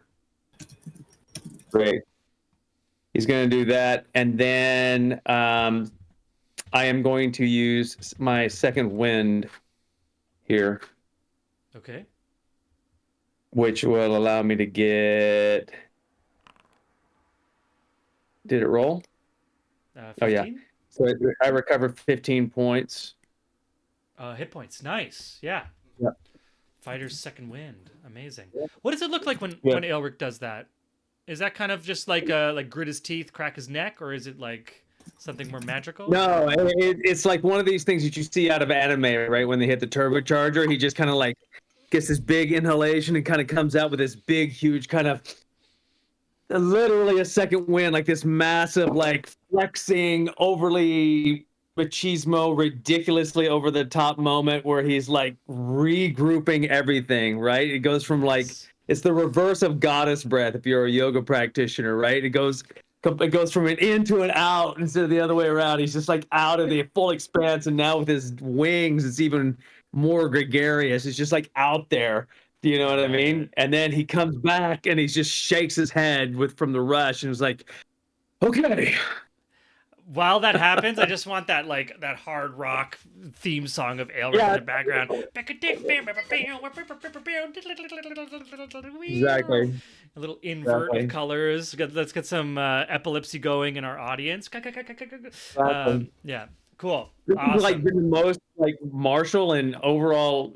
I've used every facet of him in this fight. It's been ridiculous. So yeah. These are powerful 8th characters right here. Cool. That was your. So I think. Or yeah, and Arlie, yeah. Oh, we're still initiative. Sorry. No. It's yeah. He's still pretty cut out, to be clear. Oh. I was trying to see on Foundry if it's possible for me to see my allies' hit points, but I couldn't discern them. Was I just clicking wrong? I have set it up so that you can't, maybe. Okay. All right. But if you want, let me know. Like, I'm happy to. In the future, we can try to figure that out. For now, Sean could just tell you. Yeah, totally. Yeah. So that's fine. Yeah, I'm basically 40 down. So I'm still 40 points down. I was down like right at half my hit points when I hit my second wind. And so if that was to be explained in game, Arlie looks like she's nearly bled out and is also covered in absolute slime blood. So Eric, like, gosh, I'm just at half my capacity. He's just gonna be like, so she'd have wiped slimy blood off of her, and she'd be like, right, I reckon we have about 30 seconds before the ones that I made afraid are no longer afraid of us. She's just going to pull more blood slime out of her hair. So that means we have a minute before they're back. 30 seconds, not a minute, Aelric. And if they're running 30 seconds and then they're no longer running, they have to come back.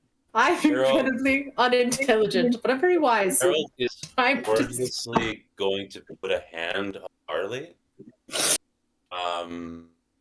And sorry, that was really good. prestidigitation. Oh, awesome. All of the viscera falls off of her. He's then going to take his seed of Zivelin, pump all 4 of its charges in. That's 46, right? Or 44?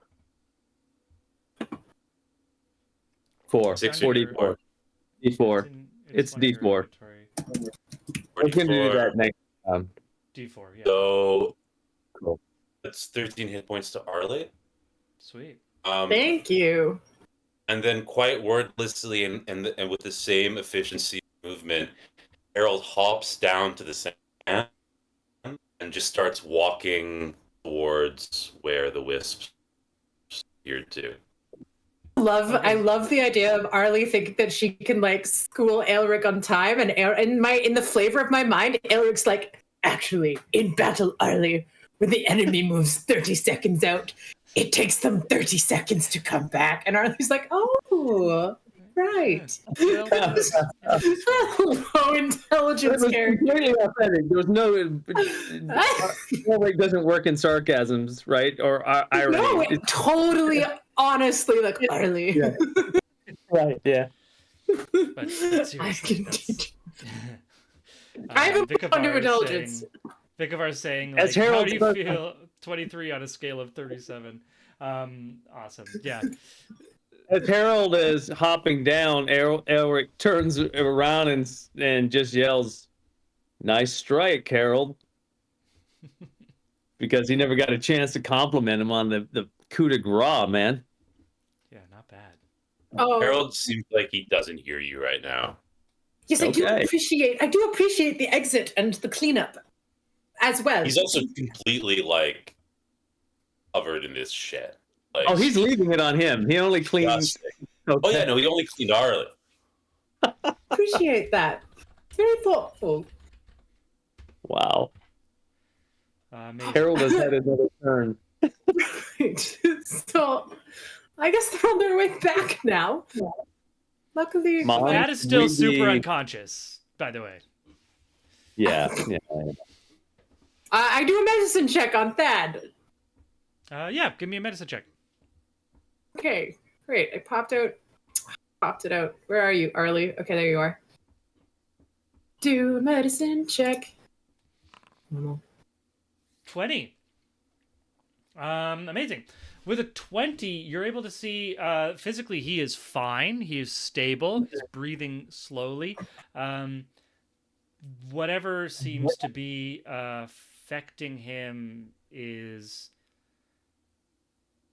supernatural. Let's put it that way. Like, it's not, there is no physical ailment that seems to be causing this in unconsciousness.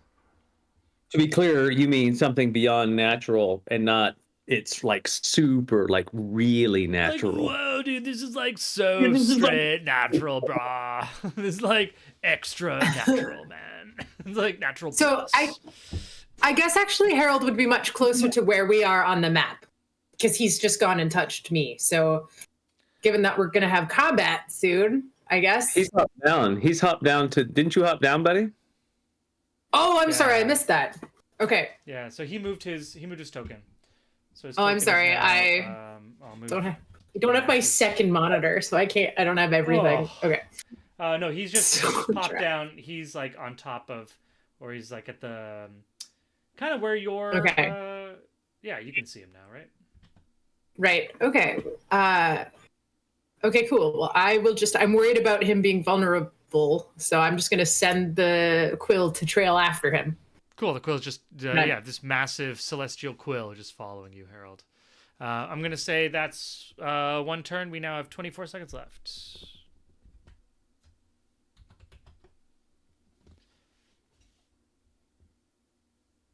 I just turn them again? Send them away when they get here and do this all again, or we'll finish the job? And she looks up at Elric. We're still going to be very outnumbered. Ah. Well, perhaps we'd like a bit of healing then. Perhaps I would. Can you remind me how many hit points you actually gave me, Harold? I forgot. Like Keen. I He forgot gave to you ask. 13. He gave you 13. I think. 13. Oh, I'm not quite sure what happened. I think somehow your hit points went back. they got reset. Okay, hold on. All right. Yeah, I'm not sure how they got reset. I was down to like 26 or less, so I took 26 damage. I was down to 14, and then Okay. And then you healed. and then I got 7. then I healed 7. Then I healed 7, which Brings you to 21. 21. And then you Oh my heal God. another 13. 13. I think it's you at 33. okay. 33. Cool. Great. Yeah, I am going to cast a healing spell. Cool. Slowly open my spell. Yes, you're standing in this like very quiet blood sand that's now like stained black with this like ichor that is falling out of this huge creature's face, lower jaw that is just open. There is you're in the center of like a large sphere of sunlight. Beyond that circle of sunlight is just like absolute blackness, almost like a veil of black velvet that has been kind of like draped over a sphere that you are standing in the center of. I rolled 2 1s again, so Elric, It's a 7 again. you can get 7. You should use it on yourself. I'm okay, but okay. I mean, Oh, I'm happy. okay. Yeah, use it on yourself. I'll be all right because I've Everyone still also got my seed. has- Yeah, everyone still has a seed of Zivlin as well. If you all have your own seed of Zivlin that you can use on each other or whatever. Use it on myself. At the last minute, Elric shrugs and Arlie changes. Please, please, please. Me. Ever the noble. Ever the noble. Yeah. Allow me to exactly. do something. Oh, but of course it would come back to me. Amazing. 18 seconds. Wait, I didn't get to go on that one. Oh, okay. So I'm going to do my Seed of Zibelin, and then I'm going to reach out my hand again to Arlie and ask, should we join him? Oh, yes, we should certainly. Yes. So that's her it won't let me- response. Are we going Okay. to lie down again? Are we going to Yeah, take we're- Thad? Or are we going to leave Thad here? He's okay. He's in a magical coma. I think we only take you. I think we leave Thad here. Okay. Arlie tries to hide him in some sand, just kind of disguises. Are you trying? Are you trying to hide Thad's body? Yeah, but I don't want it to take too long. So it could just be a comical. She kicks sand at Thad. If you want to rule that she can't do that effectively in a 6-second turn, or it could she really is trying to hide him. Oh, geez. To try to hide Thad. How are you? You're gonna do it by just trying to cover his body? Is that your? That's how you're gonna do it? I could just grab him. If you put up any protest, if Arlie puts up any protest, Elric will definitely pick him up and drag him off. Okay, back no, down. I'm looking. So my Foundry spellbook is different than my D&D Beyond one. No. So I don't know why, but in this version of events, I have non-detection prepared. So, Okay. What's not? depending on which spellbook. We need to coordinate that, by the way, Claire. That has to happen. I'm but- not trying to do any kind of cheating. It's No, they're I just know. not- Just because if you're leaning on one platform, then I'm ignoring the other platform. If you're coming over to that's something we'll figure out. Okay, 'cause that's I can if I can you were go using back. D&D Beyond, then I was not paying attention to the Foundry spells. Because you were I thought using that they D&D just Beyond. like communicated. I thought that they communicated because the plugin. They It doesn't matter. It doesn't make them invisible though. It just makes them unable to be detected from divination magic, right? Or perceived by yeah. Yeah, again, I'm just like she's just role playing. I'm just role playing. Yeah, I mean, if you want No, to wait, try no, to... they're matching. Wait, no, they totally match. I don't remember ever preparing it, but it's there. Okay. Well, So with the it's- protest that Arlie is going through, Elric just is like, and he picks that up. Great. Picks up Arlie, and then we just kind of like float down to the base of the 15-foot there, and Joy and Harold there on this move here. Okay. There we go. Don't know why I picked that spell. Just have no memory of it, so that's why I thought they were different, but they're not. They are synced. They the are same. coherently synced. The plugin Okay, works. cool. Okay, it works. Cool. 18 seconds remain.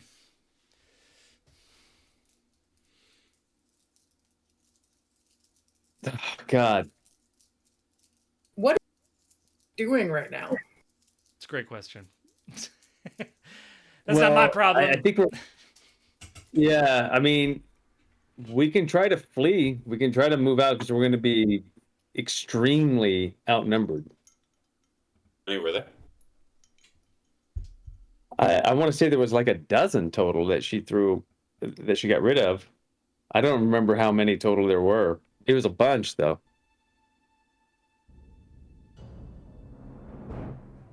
Because I killed at least 6 of them. I killed 2 before they were banished. I'm just going to bring up this page again for us to remind ourselves. This was on my page as my introduction to this combat scene with that large creature that was illuminated by the will-o'-the-wisps that were lighting up. To remind you, so there were a number of will-o'-the-wisps in this combat battle map. but they were like lighting up into like across the sand and into the horizon. So there were more than just the ones that were on this battle map. I think we should use this last 18 seconds and start hauling. And that's Aelric just counting up the odds, but you know him, he'll tank it out right here. He'll draw that line in the sand and tank it out. Wait, what are we realizing? That we don't have to stay here? Basically? I mean, we have Thad. We have that. So don't. where would we go? Back from whence we came. Which Right. was all separate directions when we dropped into this. Yes, Didn't because come from anywhere. we were separated. We were separated when we all did our dream sequence, but it was actually Keen that led us here from his point, based on his use of the ball, because he was using his stuff. Oh. You know, all that happened with that is that I nat 20 perception check and let us here. Yeah.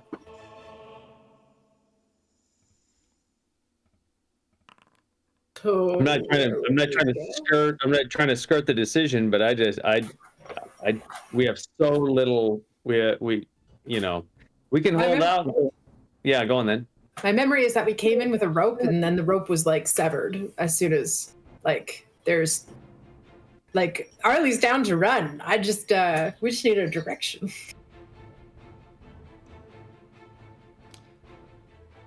Well, we have a general sense of it because we know how we got into the alcove, right? Which is basically due south.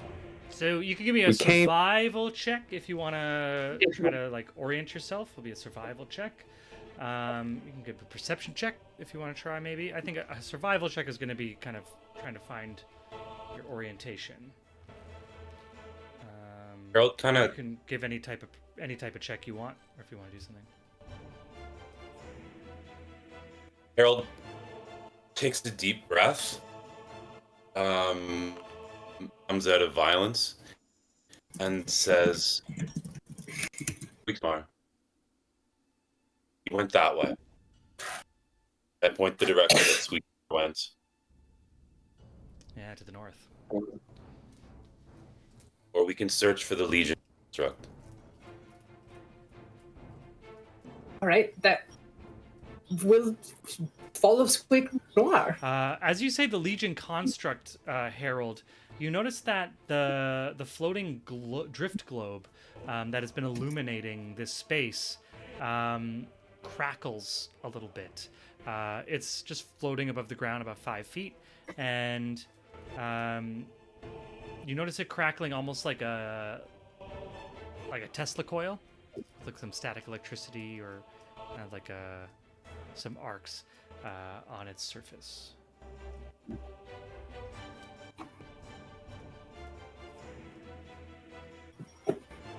Arlie,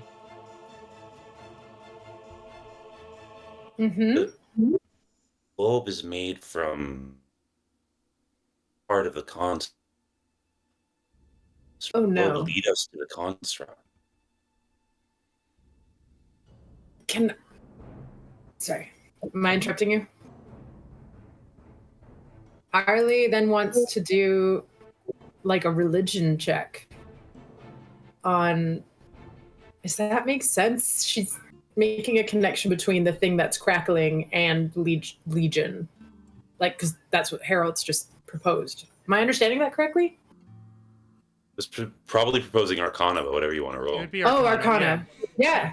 Give me an Arcana Sorry. check. I was thinking I got too specific. I was like, it's a god. Okay, let's just back up. We don't know what it is.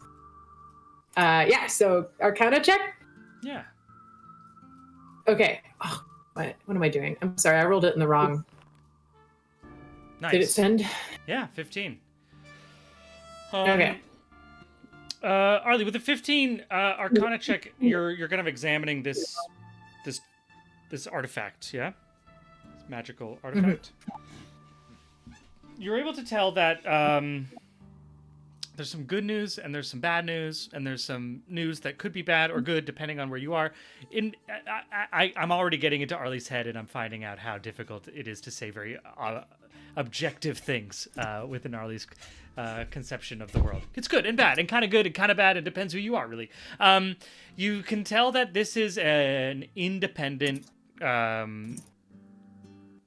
object that is not like connected or tethered in any way to another being or object, like the Legion construct. But you also, with a 15 Arcana, you are able to tell that this is a massively unstable object. This is an object that contains a massive amount of celestial and arcane power within it, and its material form is not really designed to hold it. So I've just become very aware of a very unpredictable nature of the battlefield that we have been running around in, and the alligator has been digging through this thing that's connected to wherever it is that Legion comes from. This thing, so I still didn't grasp how Harold connected it to Legion, but he did. So Arlie gets it, Claire doesn't. I said the word Legion, and it crackled. Oh, and it responded. And you remember that it is made because Helm underwent this ritual? That it, as in the orb? No, Yeah. remember when Legion was Helm? Yeah. Yeah, so Helm's last scene was Harold Helm to the gnomes and asked if the gnomes could make a weapon to fight these darkness areas. And the gnomes said yes, but it will mean that like I'm kind of absorbing Helm into this object. Totally Like, misunderstood. I thought Koi was describing like the little lights all on the battlefield that we can see. No, Oh, sorry. no. He's describing the Drift Club. Drift Club. Shit. Yeah. Okay, never So, mind. Arlie my does bad, not yeah. talk about the environment being. That's fine. I heard the word orb and I just saw a bunch of orbs. My bad. Yeah. So so I yeah, just- those things on the Sorry. those images that you're looking at on the picture, those are Will-o'-the-Wisps. That's what they're Gotcha. supposed to represent. It's AI Okay, imagery doing great. a poor representation. Yeah.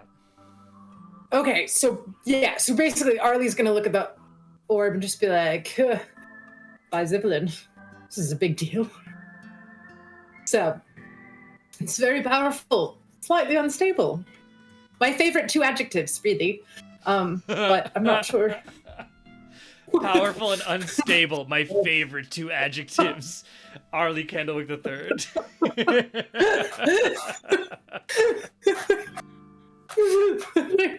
I'm not sure if that's an aspect of this object being within the Fey realms, but I guess you requested it specifically to defeat the shadow itself. So I'm actually wondering if you're supposed to blow it up. But it's yours, so it's really up to you. And also, I don't want to destroy Helm, so perhaps not. So Never to mind. be clear, this like point of information thing, Helm is not in this object.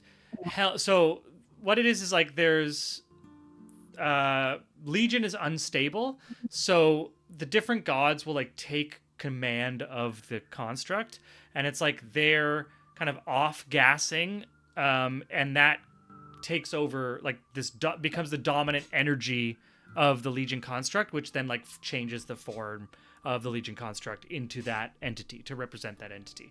By what the gnome did was the gnome kind of like siphoned off that excess energy from Helm to power this magical drift globe, or this like magical glowing orb that is unstable.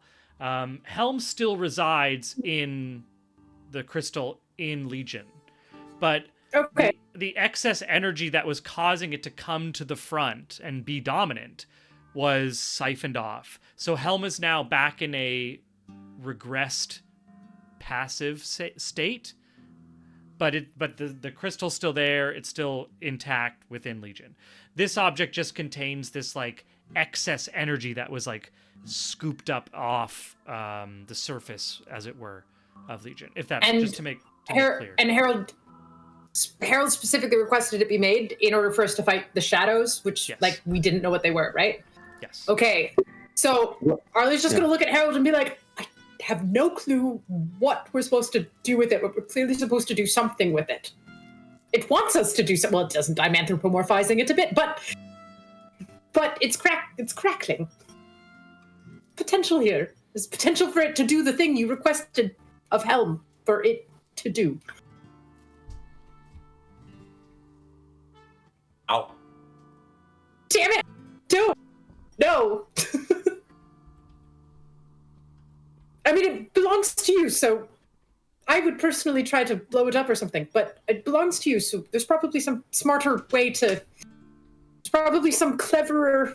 I would need more time, and we have the encroaching will-o-wisp, so alas. Moose didn't tell me anything. I know! This is the nature of all clerics. Say much. I say much for saying nothing. Are we in danger Yes! Absolutely. from the globe? Most likely. It's unstable. Which could be great or terrible.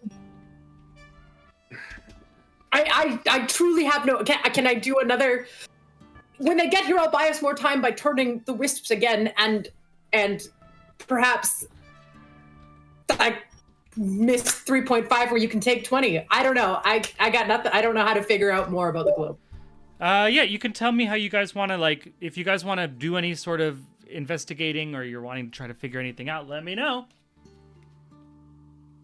I'll try to remember my conversation with the gnomes, what they did with the orb, see if there's anything at all useful that I can remember. I was gonna look at it for like a button. Completely checked out while that was happening. It was gnome stuff. As a Yeah. twist. Amazing. Yeah, Elric is definitely going to be right up there with Arlie. Just like he is no help, but you know he's always good to smash something. So if it needs to be smashed, he'll smash it. But he'll just investigate it. But I think more than anything, he's also keeping an eye on on the horizon, waiting Cool. for. Making sure that you're like The- not going to be Yeah. captured. Can I make on a the roll moose. on this, Koi? should I Yeah. Let me. So you're trying to remember what you were told. So I am going to say, why don't we do a investigation check as you go into your memory? Nice, the 17. 17. With the 17, you remember. Yeah, it's all a blur. It's like sitting in on a physics class when it's not your major, right? It's just like they said something about the n value of some other stuff. The gnome was able to. It wasn't like a set of instructions in terms of like clearly you do this, then you do this. But you do remember the gnome saying that what you have what you have here is a very nice piece of artifact with the power of Helm. This is a protective god which can do very nice work. I believe that it will be very stable for a little while and provide you some vision that you might require until, of course, you need the full expanse of its power. I would suggest do not be so close when this is for to happening. Best of luck. Okay. I'm going to use Age and Cool. I'm going to push this thing high up in the air. Cool. How far Oh, away that's can right. get You with have your range? hand.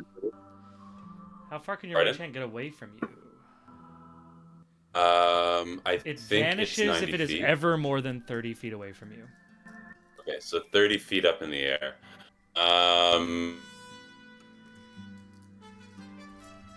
not going to do that. I hand it to Aelric. Yeah. Yeah. Eric, as you take it, give me an Arcana check. Aelric, throw it as far away as you.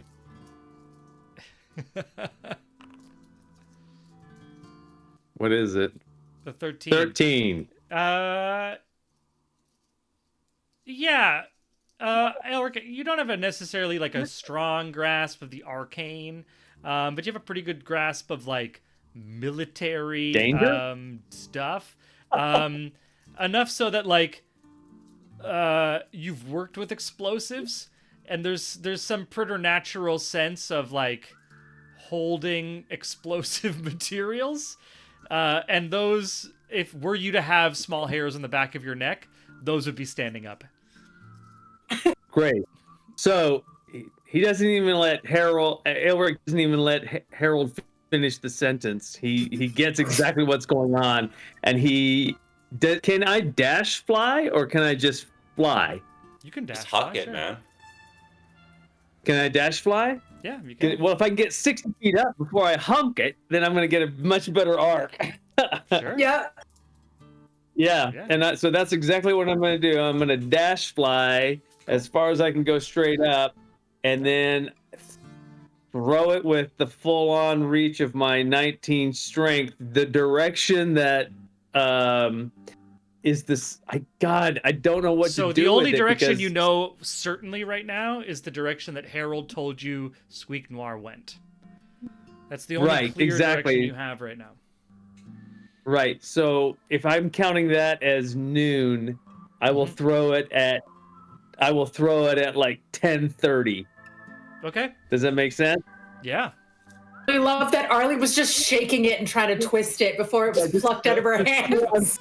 Full on snow globing it, and I'm like, nope. Let's take this. Nope. Okay. Nope. Yeah. So I Amazing. don't know how far I can throw something. How heavy is this thing? It's like not that heavy. It's about a pound, I think. It's pretty light. I'm gonna say I Okay. want. So what's gonna happen next is gonna take place pretty fast. Aelric, I am gonna ask for an athletics Yeah. check. Okay.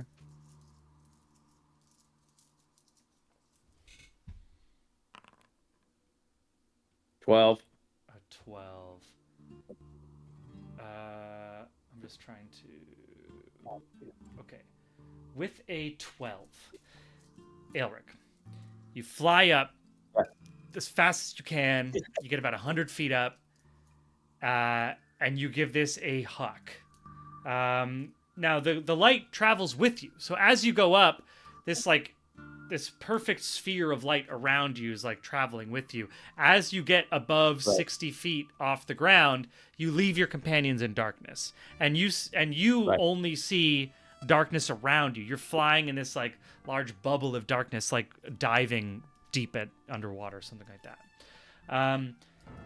You get to your height. You take a throw. You're saying about if Squeak Noir leaving was 12 noon, you're throwing it off about 10 o'clock. Yeah, we're Take gonna say it's okay. Yeah. Cool. Take a big huck, and you see this light, and all of you see this light go up, and then you see it clearly when it's thrown because it starts to move quickly away. Before it even gets to the ground, there is a flash. Or is it just the shock of any light at all? Light. Bright light. Then comes the blast. Behind it, Oh dang. the heat. I am going to need everyone to give me an athletics check, followed by a constitution check. Really quickly, after the blow it. blast, when the blast goes off, Elric says, "No." No! Just kidding. Inverted light.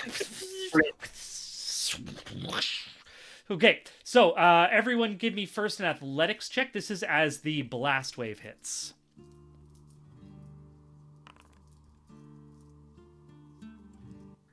$14. 14, 15, 10. And You've really turned me into a real person that is skeptical about gnomes, a real entity that is skeptical of gnomes, Harold. Your influence Real is weighing gnome heavily. skeptic. Harold. Amazing. 14, 15, 10. Everyone fails their athletics check and is thrown 80 feet. You're going to take, please give me 8d6 of... Wait, I get knocked out of the air, right? Yeah. Or no? Oh, shit. Okay. So, okay. So what, it's 8d6? It's Is going to what be you said? 8d6. And for Aelric, it is going to be 8d... It is going to actually be...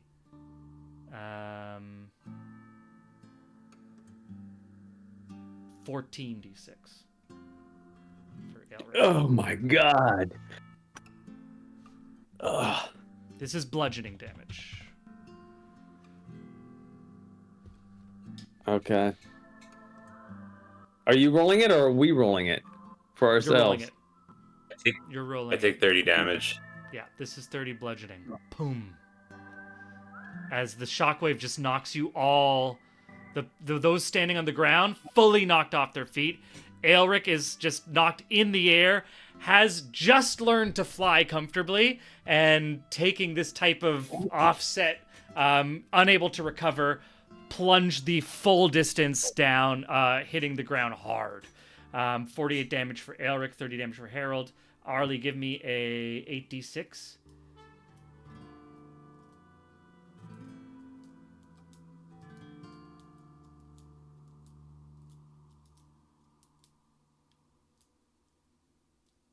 Arlie, you're muted, so I have no idea what's going on. Sorry. I'm rolling the dice. I've got 8d6 here, total 27. 27. So 27 damage for you as well. You and Harold get thrown 80 feet away from this blast. And now Constitution saving throw, please. Jesus. For everyone as the fire I'm hits. going to use a luck point. Mm-hmm. That lets me roll an additional d20 for a saving throw. Nice. Where are my luck points? Get us with his fucking encounter. So now he's using the gnomes to kill us. 20! Amazing! 20 but Juniper save. 20 for Aelric save. And that is 14 for Harold. 14 for Harold. Okay, let me... Also, not so- even a dexterity saving throw, so I can't use evasion on it, which is Yeah, shit. it's Constitution because it is a blast wave. It is a wave of fire. That is going to be Harold 32. This is going to be 32 fire damage on Harold. Half that for Arlie and Aelric. So that will be 16. Wait, can I use a reaction? Yeah, Can I use a reaction on that fire damage? yeah. To make yourself. Okay, then I will use. Yeah, resistant because to I'll it. use my resistance on that. Yeah. My what is it called? Reactive resistance. Yeah, so that's half and half again. So that's 16, half to 8. So you're gonna take 8 fire damage. Arlie will take 16. Harold will take 32. Ooh, Arlie was down to 13 hit points, so that's gonna take her out. Shit. Shh, Arlie's gonna burn. Just Harold's down. Harold's down. Arlie is down. the little ones So- start just like burnt marshmallows on the it is- battlefield. So Aelric is the only one who is conscious to open his eyes after the wave of fire passes and look up and see the blue sky. The darkness gone. With that, we are going to end today's session. Thank you so much. That was an incredible bout of You Are Legion. We are leaving our players in a state of, I don't even know, peril. Come back and join us in a couple weeks. Next week, we are going to have part 3 of the special prologue one-shot with led by Paul, who's, remind me his last name, I'm just blanking on it right now. Dykeman. Paul Dykeman is coming back to guest DM for part 3 of his one-shot. And in 2 weeks, we will be returning with all of our special players, including, hopefully, Sam Gilroy, and our special guest, Eric Fournier, who will be joining us for the month of September. And we'll be coming back to the main storyline of Legion post Gnomish Gnomes! Incredible. Thank you, everyone, so much for an awesome day. Thank you, Sean. Thank you, Claire. Thank you, Keen. Thank you all for watching. Vikavar, good to see you again. Alberta, J88, pow. That's a tough number. You got to change that on the internet. It doesn't really work anymore. Got to, read the room, 88. Anyways, thank you so much. The game wouldn't be the same without you, because in this game, you are Legion. Until next time, tippity tap, tell everyone, tell your friends, join the live stream, like, subscribe, follow us for more Legion content. All right. Thank you. Have a great night.